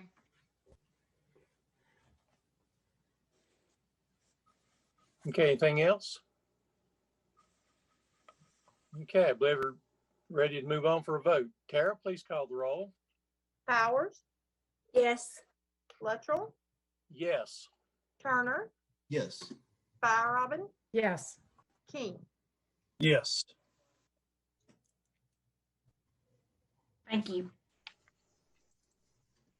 Next, we have resolution 21-21, authorizing termination of the appropriation agreement with the Bristol Chamber of Commerce for Convention and Visitors Bureau services.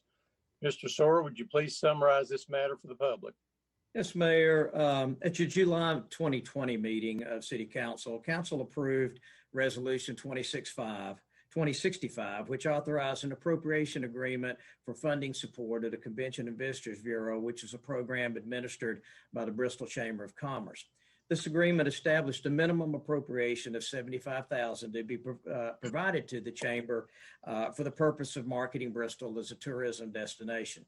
The $75,000 was to be paid to the Chamber of Commerce on a quarterly basis with installments of $18,750 per quarter. The agreement further contained provisions which would provide additional funding to the Convention and Visitors Bureau, providing a restructuring agreement addressing the governance of the entity could be reached by September 30th, 2020. The funding and support of the existing governance structure of the CVB was discussed at length during the January 26th work session. Following this discussion, Council requested that the matter be brought back for formal consideration at the February 2nd meeting, which would exercise paragraph 10 that provided for either party to terminate the agreement at any time without cause upon at least a 30-day written notice to the other party. Resolution 2021 formally exercises that terms of that paragraph for the fiscal 2021 appropriation agreement with the Bristol Chamber of Commerce. The resolution further states that the city will still fulfill its original funding commitment of $75,000 in support of tourism marketing services. In addition, the resolution memorializes the city's position that it does not wish to exercise its right on termination to require the Bristol Chamber to repay amounts previously allocated under the agreement. If Resolution 2021 is approved by council, then a written notice of termination will be sent very shortly. Okay, does any member of council have question for staff? Just unless somebody else has a question, I just would like for us to consider. We just learned of information last week, and I'd really like for us to take into consideration of tabling this for this month until next month, and I would make a motion that we do that. Before we can entertain a motion to table, we actually have to have a motion to discuss and consider the main motion. So someone needs to move to either approve or disapprove resolution number 21-21, and that needs to have a second. And then you can consider subsidiary motions like a motion to table or a motion to postpone indefinitely or whatever you'd like to do. Okay.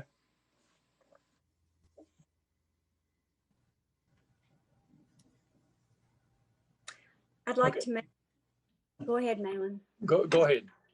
I'd like to make a motion to approve resolution 2121 as stated. I'll go ahead and second it. Is now the appropriate time to ask for the? Yes, Councilman, you could make that motion now.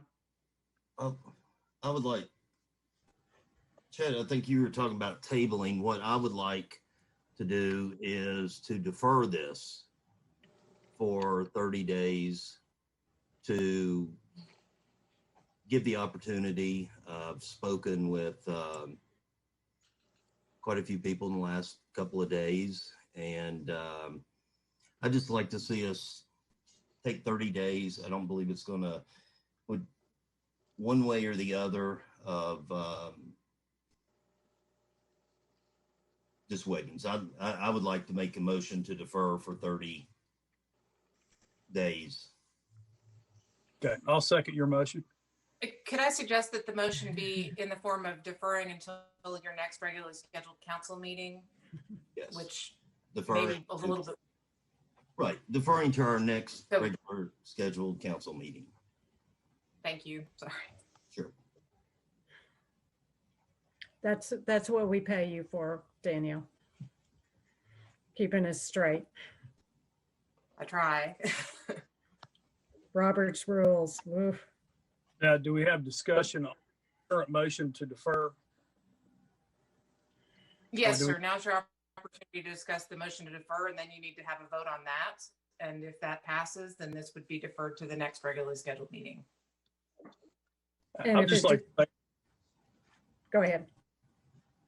I was just going to say, Vincent mentioned that he talked to a lot of folks, and I have as well, and probably we all have. And I would like, I'd like to take into consideration that I believe that our CVB board, Bristol, Virginia as well, are open-minded to discussions in the near future about this. And so I think it's prudent that we defer this as discussed.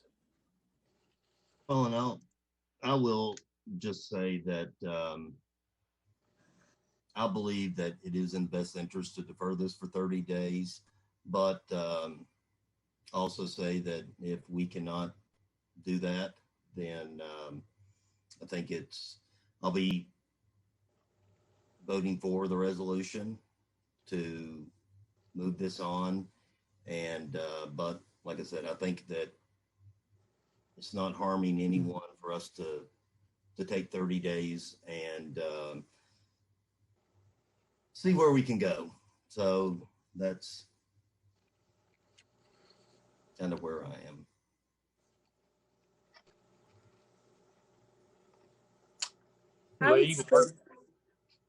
Go ahead, Malin.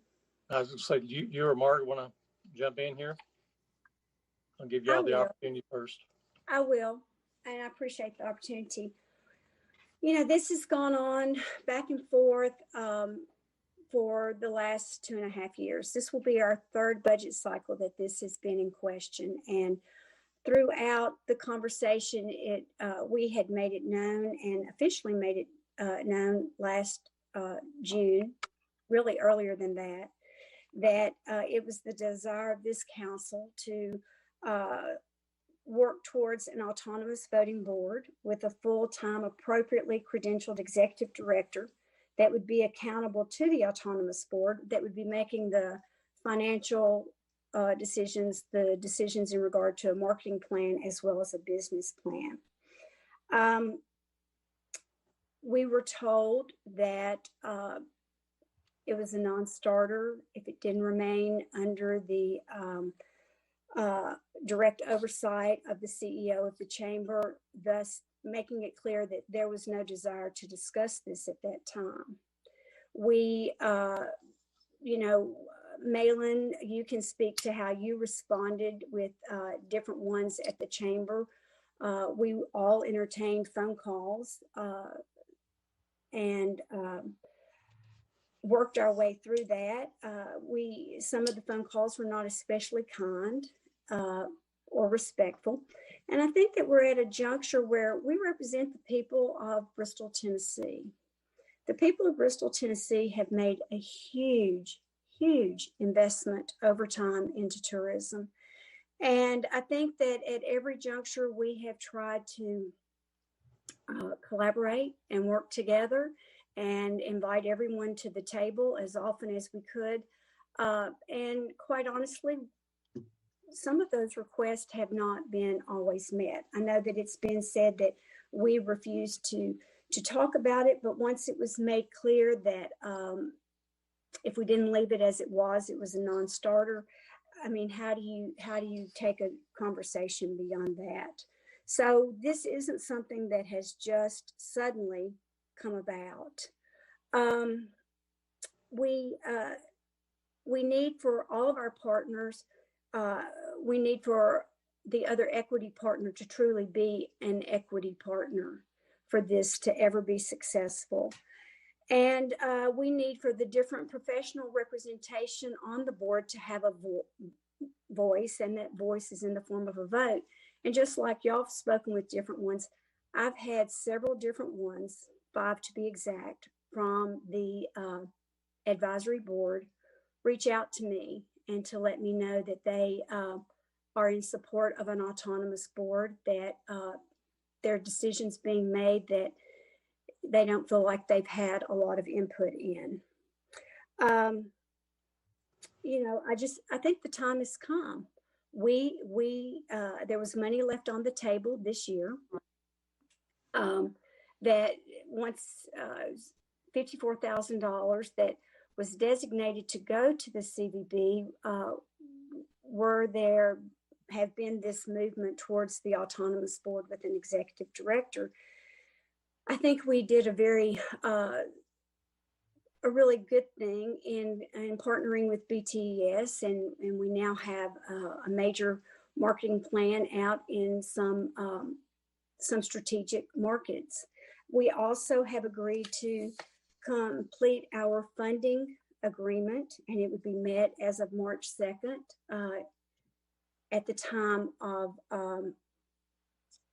our separating based on this resolution. So we would have met our fiduciary obligation. There will be 2 marketing plans in place. And I really do believe that our strongest position and strongest hope of bringing this whole thing back together where it needs to be is that we have to disengage. We can then disengage from a position of freedom. We can re-engage then with our sister. There can be representation from the chamber, but everyone sits not as a part of one entity that we have a difference of philosophy with currently, but as individual entities representing the community at large, along with professionals brought to the table. So I think that the time has come. I think that we've dealt with this long enough. I think that actions that were taken prior to Christmas that we found out about, I guess it's been almost 2 weeks ago now. I just think that we disengage now. We're all friends. We're all wanting the best for Bristol. We all want to support tourism at its finest level, so that the sooner we disengage, the sooner we can come together and work for a positive solution. So while I would like to always be supportive, I think you can understand my position. I understand, and I believe me, I have concerns. I believe there's no harm in waiting, and I do believe that at the end of the day, we all want what's best for the citizens of Bristol. So, yeah, one of the things I've been working on for several days is digging through some numbers, and it's been said that if we go this direction, then we don't care about tourism, which that's absolutely untrue. We want to grow it to something that's never been before. Since 2011 and going through 2020, I was going through some numbers, and I always thought the number was big. But since that time, just in the contributions we've made to the nonprofits that work towards tourism effort, including the CVB, we have donated over $3.6 million to that effort. So, we do give a lot to tourism, and we want to give a lot. In addition to that, there's another activity that we do every year, and that's sponsoring or working with the racetrack, and it's a very important partner with us, and also with the Rhythm and Roots. But that comes at a cost as well, and those are direct tourism activities. Those two standalone activities, in the past 11 years, we have spent $2.9 million. So if you looked at two of those in aggregate, $6.279 million during that period, okay? And then if you look at our hotels and campground revenues that we brought in, we brought in $3.9 million. But net, the delta, there's a $2.363 million negative against that number. So, we care about tourism. I know we're going to do more for it in ways that I think we've never seen, via either with some additional resources, people, ideas, and I just think it's time to move on. I'll add in a couple of things that I think that we've been in some rough times. I think we're going to continue some difficult times till we can figure out how to better work together. But I think if we do take this action tonight, I think it should have been expected from what we set out last year. I think if we do take the action, it makes it clear, and then does perhaps help us move forward. What I'm most interested in, and I know that some of this is difficult because we're going to have some rocky roads with some relationships, but I think we all recognize that tourism needs to be regional, that we have to work together, that there's a history of working together through NETA and across the state line as well, both with Bristol, Virginia, as well as with their Blue Ridge tourism organization. The other thing that we talked about at a work session is to be strategic and really work together for strategic planning. And in hindsight, I think if we had begun on that as a whole, lots of participants done that quite a bit ago, we might have landed in a better place with looking at what is it that we want to do, what are our goals, and then what is the structure that takes us there. So I hope we can do some of that and look at best practices to achieve our goals. Also, just a note that if we take action tonight and we do explore what our best options are, what best practices are, et cetera, we can land anywhere where that leads us. So if we take action tonight, or if we don't take action tonight, there's still opportunity to take different action in the future. So I think we know tourism is incredibly important. We know that working together is incredibly important, and we know that being strategic is important. So hopefully we can achieve that. Just one last thing. I know we all talked to a lot of folks. I had a lengthy conversation with Senator Lundberg today, and he wanted to make it clear that he has not put any legislation forward. That Senator Lundberg is not going to be filing any legislation, nor will he in the future, to impact Bristol's tourism future. So there was some question as to that there might be a little bit of a certain sense of urgency to take action now. And with that, I believe it's fair to say that we could at least defer this as the motion carries till next month. I can appreciate that, and I think that it's very wise on Senator Lundberg's part to have stepped back from the legislation that he was asked to put together. Since you introduced, I wasn't going to bring up the whole thing about the legislation, Chad, but now that you have, I think that that what we experienced in the fact that there was an attempt perhaps to secure legislation at the state level, I think it just opened our eyes to the need to move this on forward so that we can truly take a regional approach, and so that we can roll our sleeves up and get busy to lift Bristol and our surrounding region to its greatest potential with tourism. To wait is just, what are we waiting on? Let's get started. I'd like to call for the question.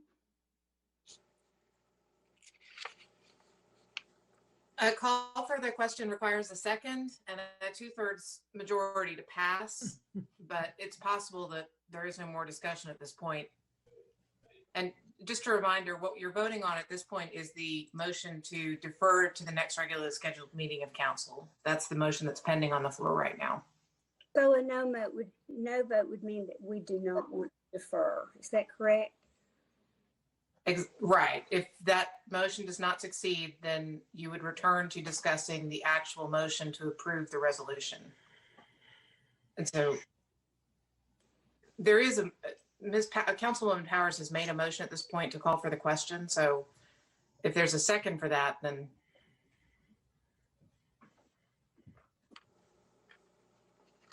Repeat that again, Danielle, please. Sorry.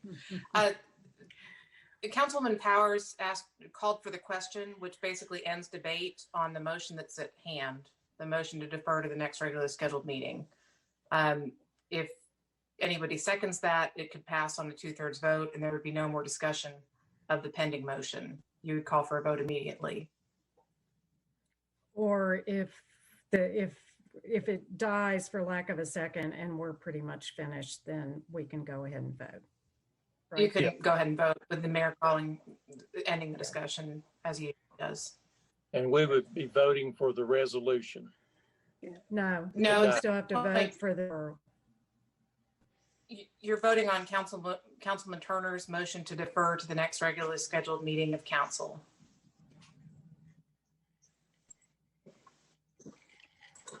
I'll withdraw my motion, Danielle, so that it can just take a natural path. I'm sorry. Thank you.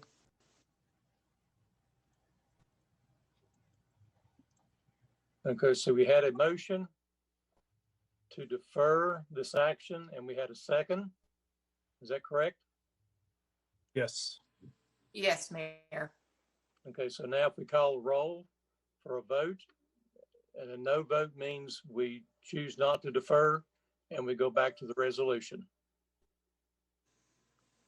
Yes, Mayor, that's correct. Okay. Okay, Tara, please call the roll. Powers, No. Luttrell, No. Turner, Yes. Robin, No. and King. Yes.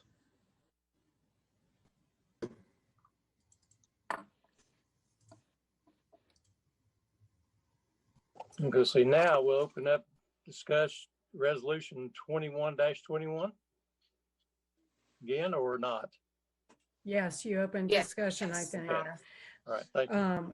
I think I covered my comments previously, but I value working together. I value being strategic, and I think that even with making this this motion, that we still need to follow those that path as much as possible. And I think others looking at the big picture, that's where we want to be.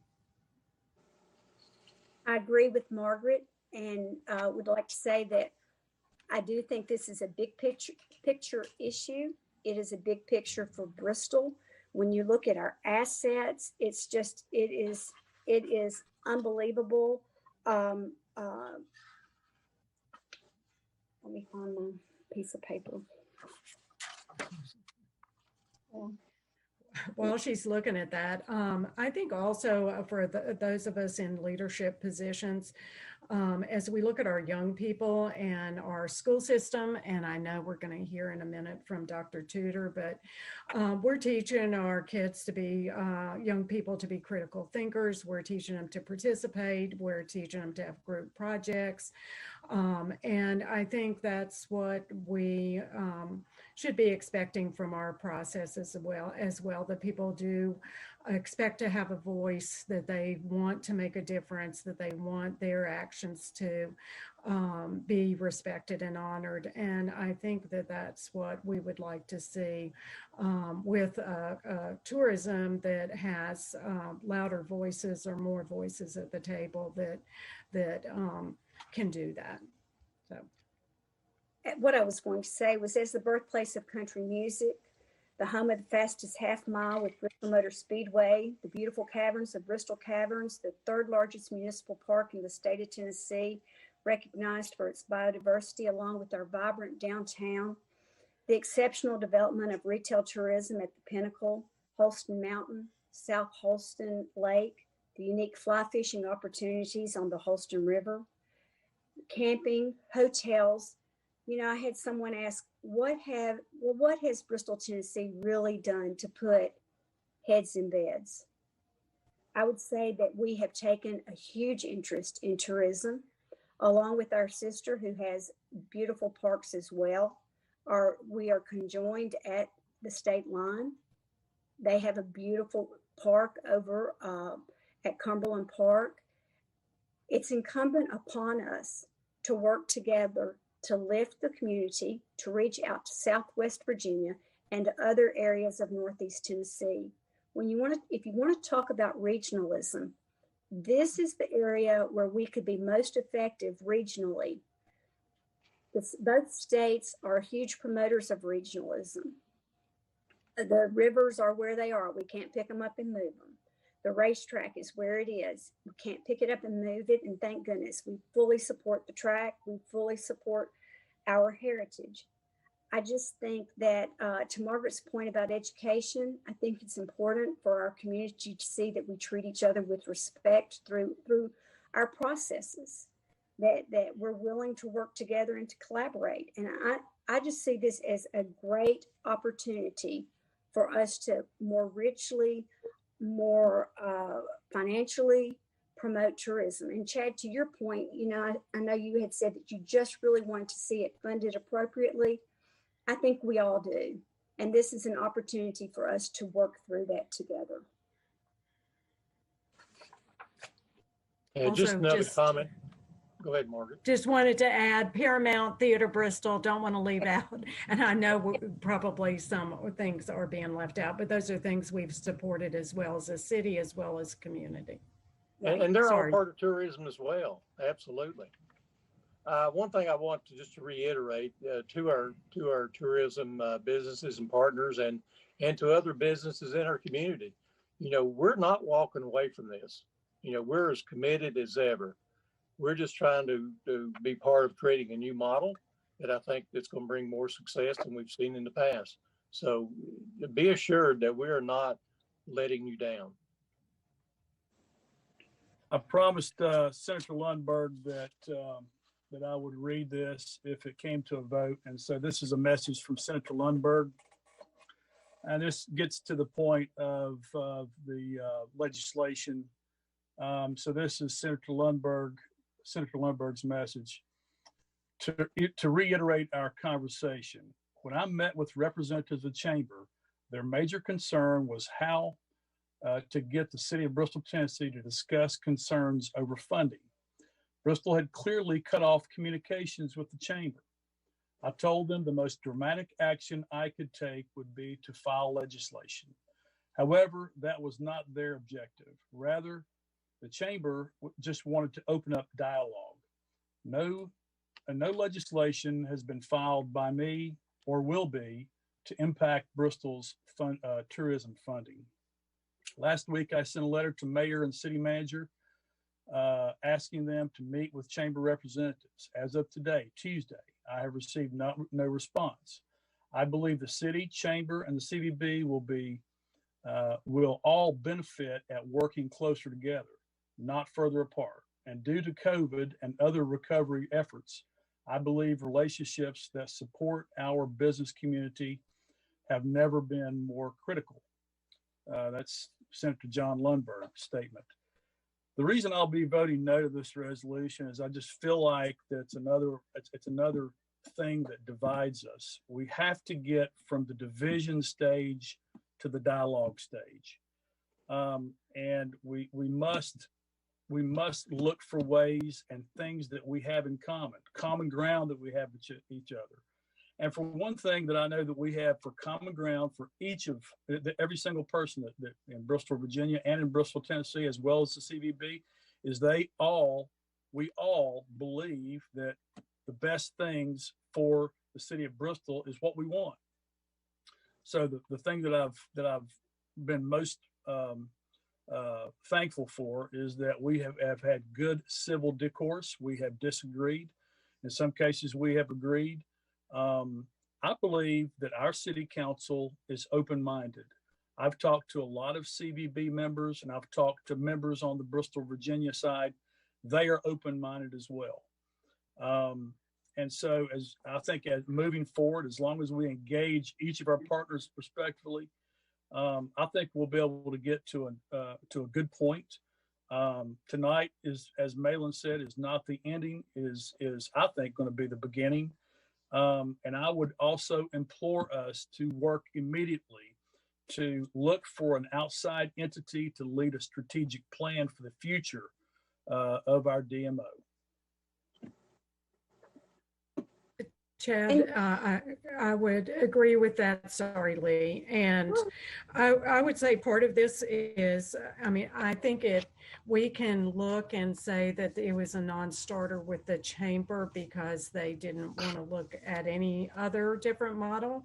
I think part of the responsibility also lies with us that we didn't want to look at a model other than something with a separate entity. So I think part of this action is to help us have a fresh start and to acknowledge that we have some responsibility with this as well.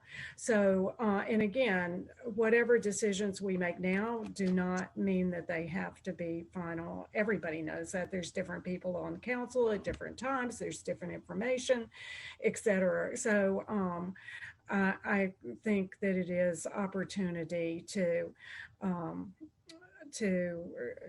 start fresh, even though it looks like it could be negative. I think it could be very much a positive on both our parts. So all parts. And Chad, I would like just to go ahead, since it was brought up, Mr. Lundberg's comments. I will be sending him a reply back. I've taken this letter very seriously. I've given it a lot of thought. It's something I didn't want to jump right into and just, send a letter on any kind of emotions. And, but I do intend to respond to him. And I think I circulated the letter to everyone today as well, just so you could read it. But I appreciate his concern in reaching out, and we'll be replying to it. And just one other point, Chad, I'm sure that you are aware, as is Senator Lundberg, that our appropriation, while it is not statutory, it is benevolent on our part. We do take tourism very seriously. I think the numbers that Malin gave us show that we just with our marketing partners, whether it's the CVB, Believe in Bristol, or the Birthplace of Country Music, we have exceeded the revenues that we have received in returning those to the marketing arms of our community, and have done so with happily. We have been very happy to return those.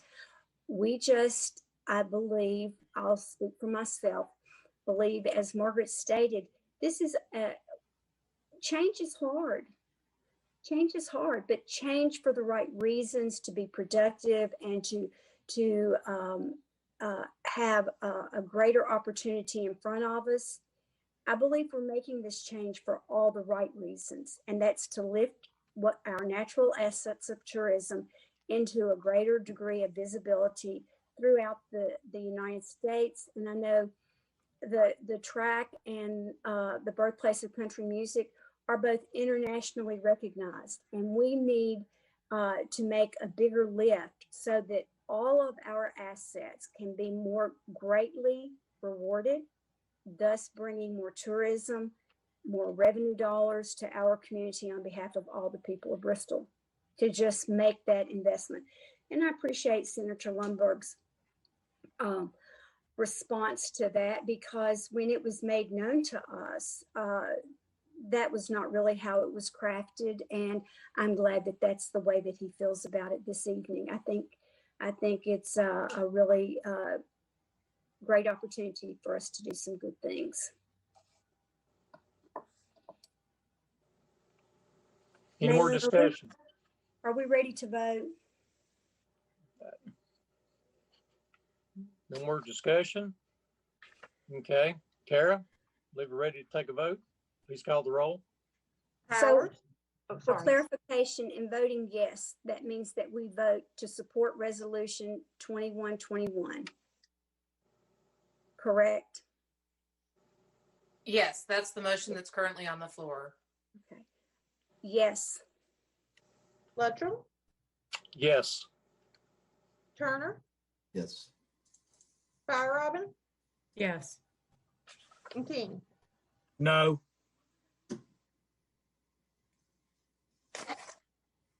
Thanks, everyone. This brings us to the consent agenda. Mr. Sorb, would you please read the items on tonight's consent agenda? Yes, Mayor, I'd be glad to. The first item is the minutes from the January 5th, 2021 City Council meeting, minutes from the January 26th, 2020 City Council work session, Resolution 2122, awarding a bid for purchase of 2 pickup trucks, Resolution 2123, authorizing the purchase of software support for GIS, Resolution 2124, awarding bids for purchase of uniforms, and Resolution 2125, approving the submittal of an application to the U.S. Department of Homeland Security for funding under the Assistance of Fire to the Firefighters Grants Program. Okay, would any member of council like any item removed from the consent agenda? Motion to approve the consent agenda. Second. Tara, please call the roll. Powers, Yes. Luttrell, Yes. Turner, Yes. Fire Robin, Yes. King. Yes. Okay, as I always like to say, we're at the best part of the meeting tonight. And as always, it's great to see Dr. Tudor here with us. Thank you, Mayor Luttrell. It's good to see you all virtually. I have just, I won't keep you because it's late this evening, but I'm going to show you some updates from our middle school as my report for you all this evening. So I think I'm going to share my screen just a moment. Let me see if I can pull this up. Are you all seeing my presentation? Yes. Okay. Do you see the title screen? Title page? Yes. Yes. Great. So I wanted to give you an update and show you some visuals on our Tennessee middle school project. We have some exciting really improvements in our gym and that I think you've probably already seen, but also we're making lots and lots of headway in the building and lots of exciting things now that you can visually see. So I wanted to walk through some of that with you this evening. This is just a review. This is the graphic, the rendering from our architect from several months ago. This is the front view now that will come off of Alabama.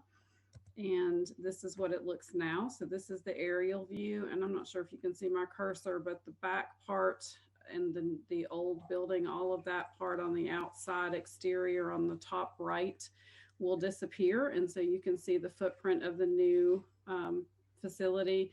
The front of the building will be, like I said, facing Alabama.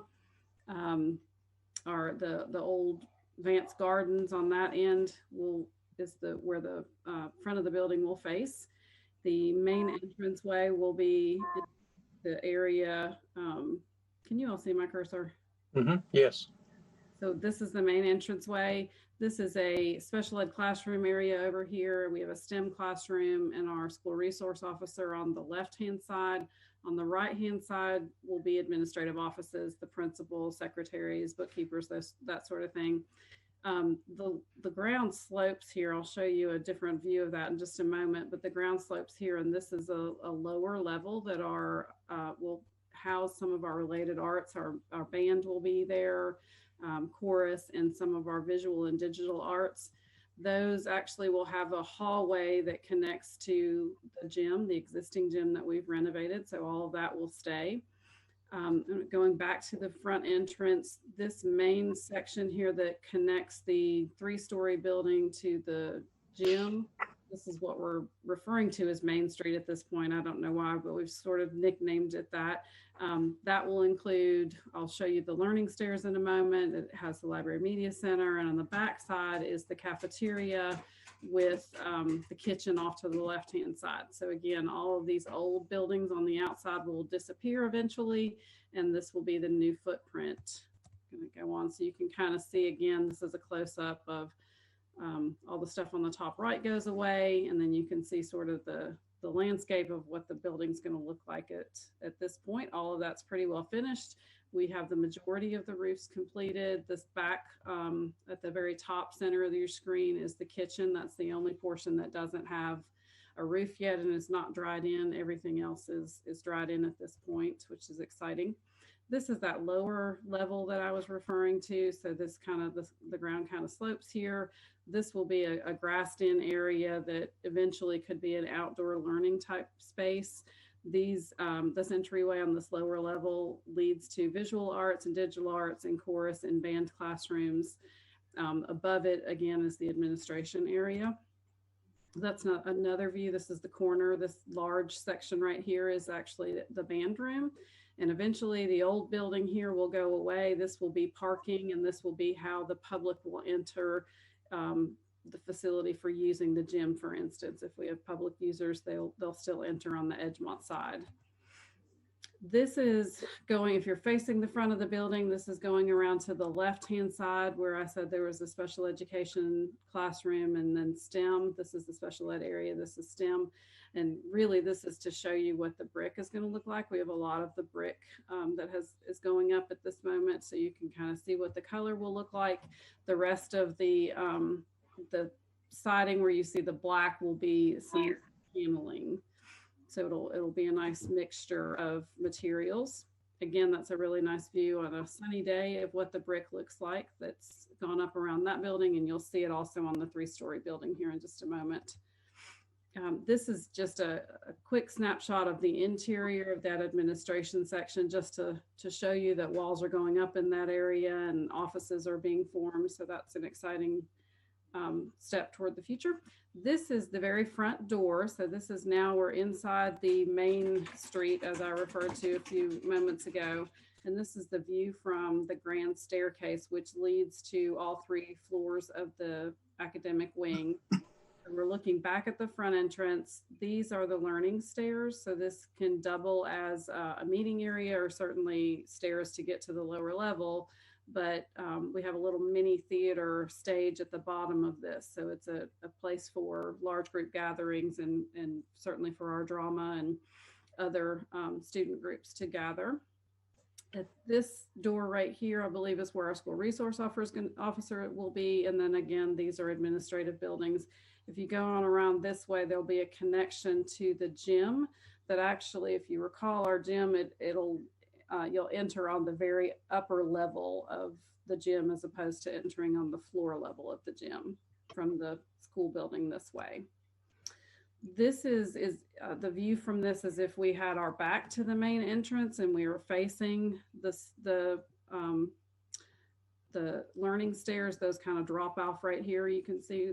Then if you go around this way, this is the beginning of those the grand staircase, as we're calling it. Then just beyond where you see sort of this wood framing here, that is going to be the Library Media Center. And this little section right here sort of juts out. That's what frames the theater down below. So there's sort of a stage and a theater space for performances. And then behind the Library Media Center is the cafeteria on the backside, and that's the entrance to Columbia Street. So there's a rendering of what those learning stairs look like. This is what they look like now. The gym is on this side. The grand staircase is here. Entrance to the building is here. The learning stairs fall out here. We are actually standing, if we were taking this picture, we'd be standing in the Library Media Center. And this is where it kind of jets out of, as I described just a moment ago. That's just a different view. This is the Library Media Center, and then on the back side is the cafeteria. This will be, this frame right here will actually be a removable panel that will separate the Library Media Center from the cafeteria. The purpose of that is if you have a classroom or class gathering in the Library Media Center and you have students in the cafeteria, you can separate that and have a bit of a barrier, or we can open it up and have a larger space for more students to gather at the same time. So sort of a flexible use of that open space. This is another view of that. That's that sort of the steel beams right there that contain that bracket. This is the cafeteria area on the backhand side, and to the left over here will be the kitchen. Again, another view of that. This is on top of the cafeteria. The reason for showing you that is to kind of show you the sloped area right here, and wherever you see where there's no windows here and no paneling or siding, those will be translucent windows of some sort. There's a particular name for it that I'm just not familiar with, but the beauty of that is it'll sort of give an atrium feel to that space and have a lot of natural light coming into that space down below, which is a really nice feature. And then this is the top level of that 3-story academic wing. And so that will be the level that our 8th graders will be on. And they'll have some really nice views up here from their windows too, as well, looking out over that. And I don't think I have a view of that, but really nice views of the surrounding mountains in our area.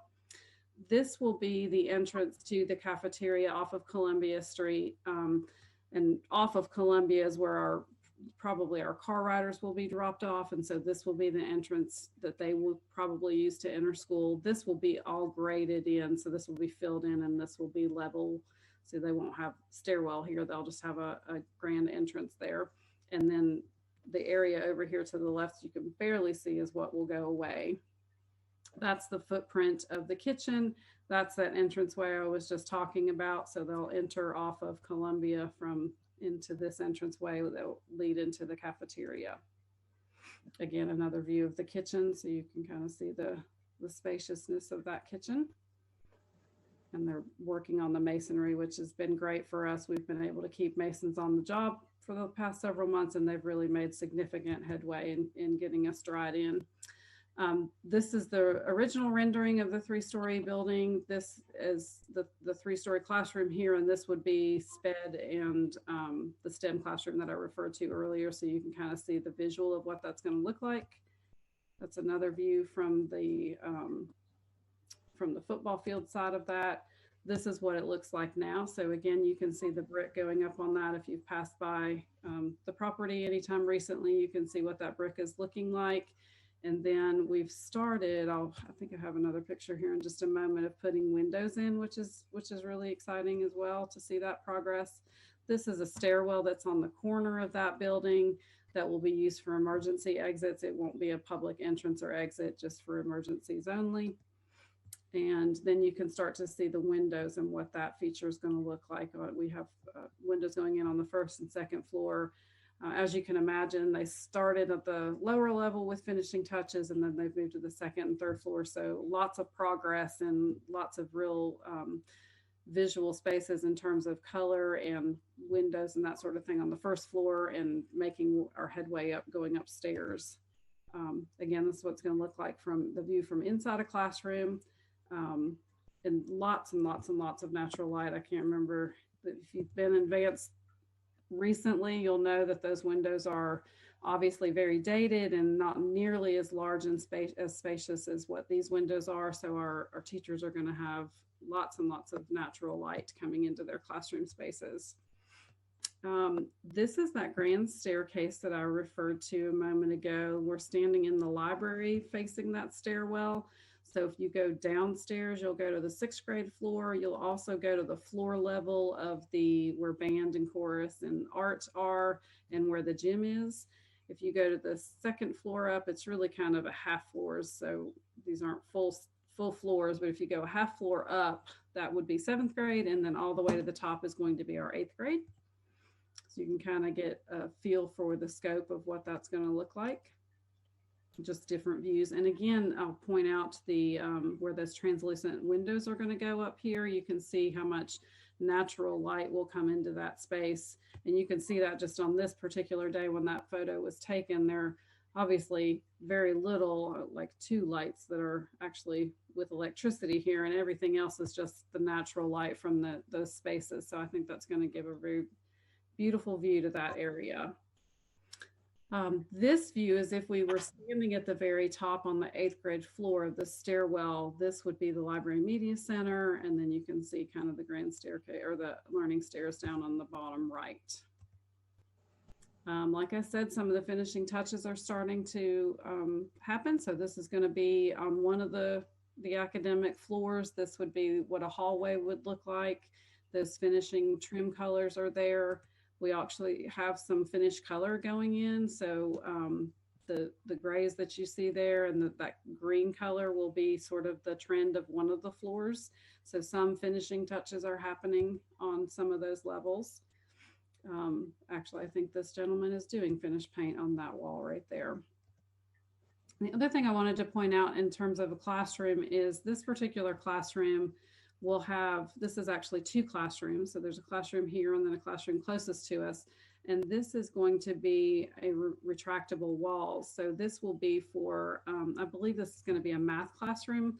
So we'll have 3 math classrooms side by side, and between 2 of them is a removable wall. So if they wanted to gather 2 or 3 classrooms together, they could quickly move that wall apart and have a large group gathering, or certainly have that closed off if they wanted to have their separate classrooms.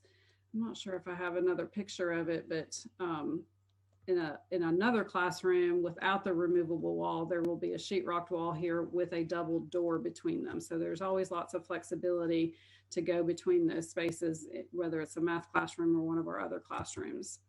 And then this is a science lab. This is obviously not finished nearly as much as those other classrooms, but you can see the spaciousness of it. These will obviously be lab tables that will be wired and plumbed with water and electricity, and the gas is appropriate for a science lab. And then this door leads into shared storage. So there'll be 3 science lab classrooms in the middle of each of those floors, so that those 3 science teachers will share significant storage space between them and have their own pretty spacious lab areas. This is obviously the gym entrance. This will be on Edgemont. So right now where this parking is where our current building is. That will go away eventually, and that will be the parking lot. And like I said earlier, this is going to be the public entrance when we have events going on in the gym. This will be the entrance in for those activities. And this is kind of what that will look like now. So you can sort of see that taking shape. These double doors here where the wood is the wood plywood is there, has that blocked off at the moment, but those will be the doors to enter into that area. And then this is actually the band room. These are those translucent window panels, so they'll have lots of natural light in that space as well, but you can kind of see there's a little bit of a visual barrier. It's not clear glass. So that's what that entrance will look like. And then I think I've shown you the gym, or you've seen the gym pictures and video, but I wanted to point that out again, that our renovated gym is in full use with our students. These are actually students in a PE classroom. And this was at the point we were installing the upper seats. So those new seats came in. These are retractable bleachers on the bottom and then new seats at the top. This is another view of what they look like from the other side. So you can get a view of, we've removed all those old wooden ones, and we have these nice updated black seats now on the upper level. So all of that's finished now. The gym's in full use. We've been able to finish out a basketball season just about, I think. So we're close to finishing out our middle school and high school basketball season successfully. So I'm sorry I went through that so quickly, but I know it's late, and I just wanted to share sort of the updated version of where we are with that. At some point, I would love to get you all into the space so you could physically see it yourself. So maybe when they get a little bit closer and get it dried in, the weather's a little bit better, we can navigate the muddy environment and get you all there so you can see it in person. And that's all I have for you this evening, unless you have questions for me. I don't have any question, but I will just say, wow. It's stunning, isn't it? Looks great. Yep. It is, absolutely. We thank you for being here with us tonight, Dr. Tudor. Thank you. Okay, we'll move on to City Manager's report. Yes, Mayor. As council's aware, the City of Kingsport is responsible this year for hosting the annual Tri-Cities legislative event. Last week, they made a determination that it would be a virtual meeting, and it will be a very brief meeting. They hope to have the entire meeting concluded in approximately an hour. It will take place this Thursday at 11 a.m. If you would like a Zoom invitation, I will make sure that you're provided one.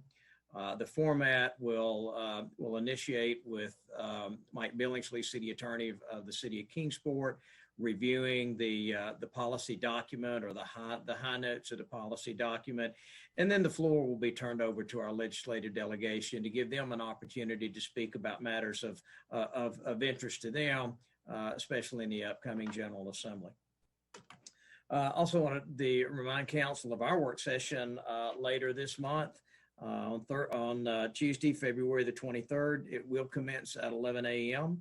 And in accordance with Governor Lee's executive order, we are still able to meet electronically if that through the end of February, if that is the desire of council. And staff will need some guidance in that as we will need to prepare our public announcements accordingly. Items for consideration or for discussion during that work session will certainly be our 5-year capital improvement plan, which is typical of our February meeting. And then, as you may recall, we deferred discussion of council goals and objectives for fiscal 2022, and we want to make sure that we have ample time set aside for that, and that you all are preparing your thoughts going into that meeting. So at this time, do you have a preference as to whether this is an electronic meeting or held in person? I personally am good either way. I probably would still prefer electronic with family protection. So sure, electronic would probably on this one be better for me, but I say electronic also. All right. I don't care. So electronic is fine. Okay. All right. I do think that this meeting lends itself a little easier to an electronic meeting as opposed to the long agenda that we had on the 26th. So we will prepare then for an electronic meeting on the 23rd. Mayor, I'm done. So just follow up. Can you send that? Are you going to go ahead and send it to everybody? Have we already received it and I missed it? The Thursday legislative? It was Kingsport's decision not to do that. They wanted to limit the number of people. I understand, but so is it still limited for the Zoom or not? It is limited for the Zoom. However, I have a concern. If any member of this council wants to participate in that, I will get you an invitation. Yeah, I mean, I would. Okay. Yeah, I would think, and also we can understand what the agenda is and the process or whatever, and understand it's really not for our further discussion. We've done that with our legislative agenda and then go from there. But yeah. Okay. Councilman Turner, Councilman King, would you all like to have a panelist invitation to that also? Yes. Okay. Well, I would, yes, but what I'm curious to know is you can set these up where you have certain people are actually part of the Zoom conference and the other ones are just there to see. So it's kind of curious to know why we didn't get it set up that way. Well, that was again, as you're aware, we hosted the meeting last year and we made those decisions. So this was, and this is a unique, in Kingsport's defense, this is a unique time and it's a unique format in which to conduct the meeting. With Chad's though, if they preferred even to set it up where it's basically a webinar on Zoom. So if we're not, so that, we participate and we could put questions in the chat or whatever, if we, there's a way, there's technologically ways to do that make sure that we get, or also if they plan to record the meeting and then provide the recording, or anyway. I think it would be better for me just to simply arrange for you to have an invitation to it, and that way everyone's involved.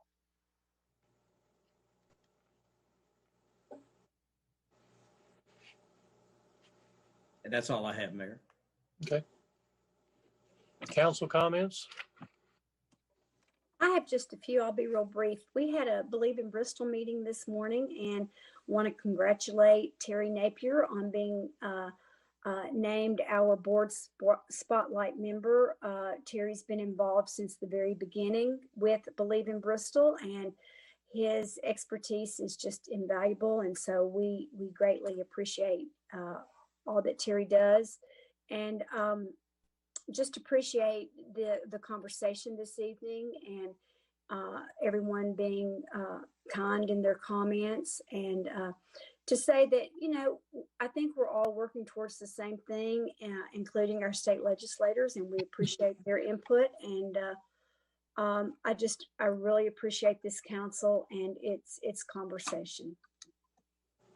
And I'll agree with that. And I think that I do believe that everyone on this council, we've all we've all got the same goal in mind of what's best for our citizens here in Bristol. And I do appreciate the conversation and everything everyone does on this council. So that's all I've Yeah, got. I'll ditto all those comments as well and say that I appreciate, our discussions, and we've got good relationships. We disagree, on certain things, and we respect each other for doing that. I just want to see us, concerning the DMO and how things move forward. It's time in that stage that we move from division and the things that divide us to dialogue. I hope we move as quickly as possible in that respect. I think it will send a good message to the businesses in our community if we start working towards this immediately. I think the longer we wait, the more time that we lose, and we really, I expect things to really be good, especially towards the latter part of this year. I mean, my understanding is from the Speedway that their ticket sales for all the activities coming up soon are really good, at the point of almost selling out of what tickets are going to be available. So we're happy in that respect, but by the same token, as more people get vaccinated, it's going to be, really a gangbuster summer, we hope. And I feel reasonably certain that's what's going to happen. So yeah, I'll reiterate that I really think that we should look for an outside entity to lead us in a strategic plan, go from division to dialogue, put the stuff that we've been experiencing in the past, and look forward to what's in front of us. And I think Bristol has a great future. Well, and Chad, to that point, another happy note is that Bristol Rhythm and Roots is full steam ahead, hoping for a great festival this year. Our ticket sales are on point for the most point at this time of year, and hope that if you haven't gotten your tickets to the festival yet, that you will get your tickets to the festival. It's a great lineup, and we're very hopeful that we're going to be able to move forward with the festival. Right now, the plan is to go. So I'll jump in with changing gears if we're ready for that. And January, we celebrated, our community celebrated a fourth year of community Martin Luther King Jr. celebration commemoration, and went to all the programming being virtual. And before I elaborate for a second, just wanted to clarify, sometimes through social media, et cetera, folks don't understand that our city does not sponsor many of these events like the Christmas parade, like Martin Luther King Day celebration, but our city supports community events, but are not the ones who are responsible for whether they happen or not. So anyway, we had more partners this year than we've had in the past with our events. Birthplace of Country Music still has some events that they're featuring. Rivers Way had a walk challenge and had, I think, 50 participants for 2,000 miles, focusing on Selma to Montgomery walk. PBS's Black in Appalachia helped to do the virtual program. King University has been a partner for several years, and they had a faith and culture discussion of the theme, which is where do we go from here, chaos or community. The program that was done traditionally like we've had before had many different people's participating in it. And I'll say for our theme, our discussions have been that if we do choose community and figuring out how do we go from here and build that community. better. Also appreciate our high schools. Shannon Hayes from Tennessee High helping with Gary Ritchie from Virginia Public Schools on an art show for our students. The deadline's February 18th. So that still is going to be going on. And then there'll be lots of activities through February with Black History Month, as well as Historical Association is working on some projects coming up. I wanted to do a shout out to our health department. I know things are tough. They're getting smoother with more vaccines being available. So the waits aren't as long or as distressing for folks. And with that, kudos and thanks for the Bristol Motor Speedway for the use of their dragway and drive-through arrangements for vaccinations. I appreciate that. And for community, I know we've had quite a few deaths with COVID and other things. The ones that that I want to mention that have particularly touched me: Dale Willis, who died tragically, and then just this weekend, Logan Smith. And I know it's really, really hard on our Tennessee High students. They have had, it's bad enough to have COVID, and they have had just a really, really tough time. So our hearts go out to all our young people and our prayers for the families involved. So we wanted to be sure that we remember folks as we're together. Thanks. I don't think there's anything else I can add. I mean, everything's been said has been wonderful. I so much appreciate everyone on this council, and especially I appreciate very much the work that this entire city staff does. And, you know, I think we've got a new beginning, and I think we're up to the challenge. And I just hope that others in the community look at it that way as well. So let's be positive. And with that, this meeting's adjourned.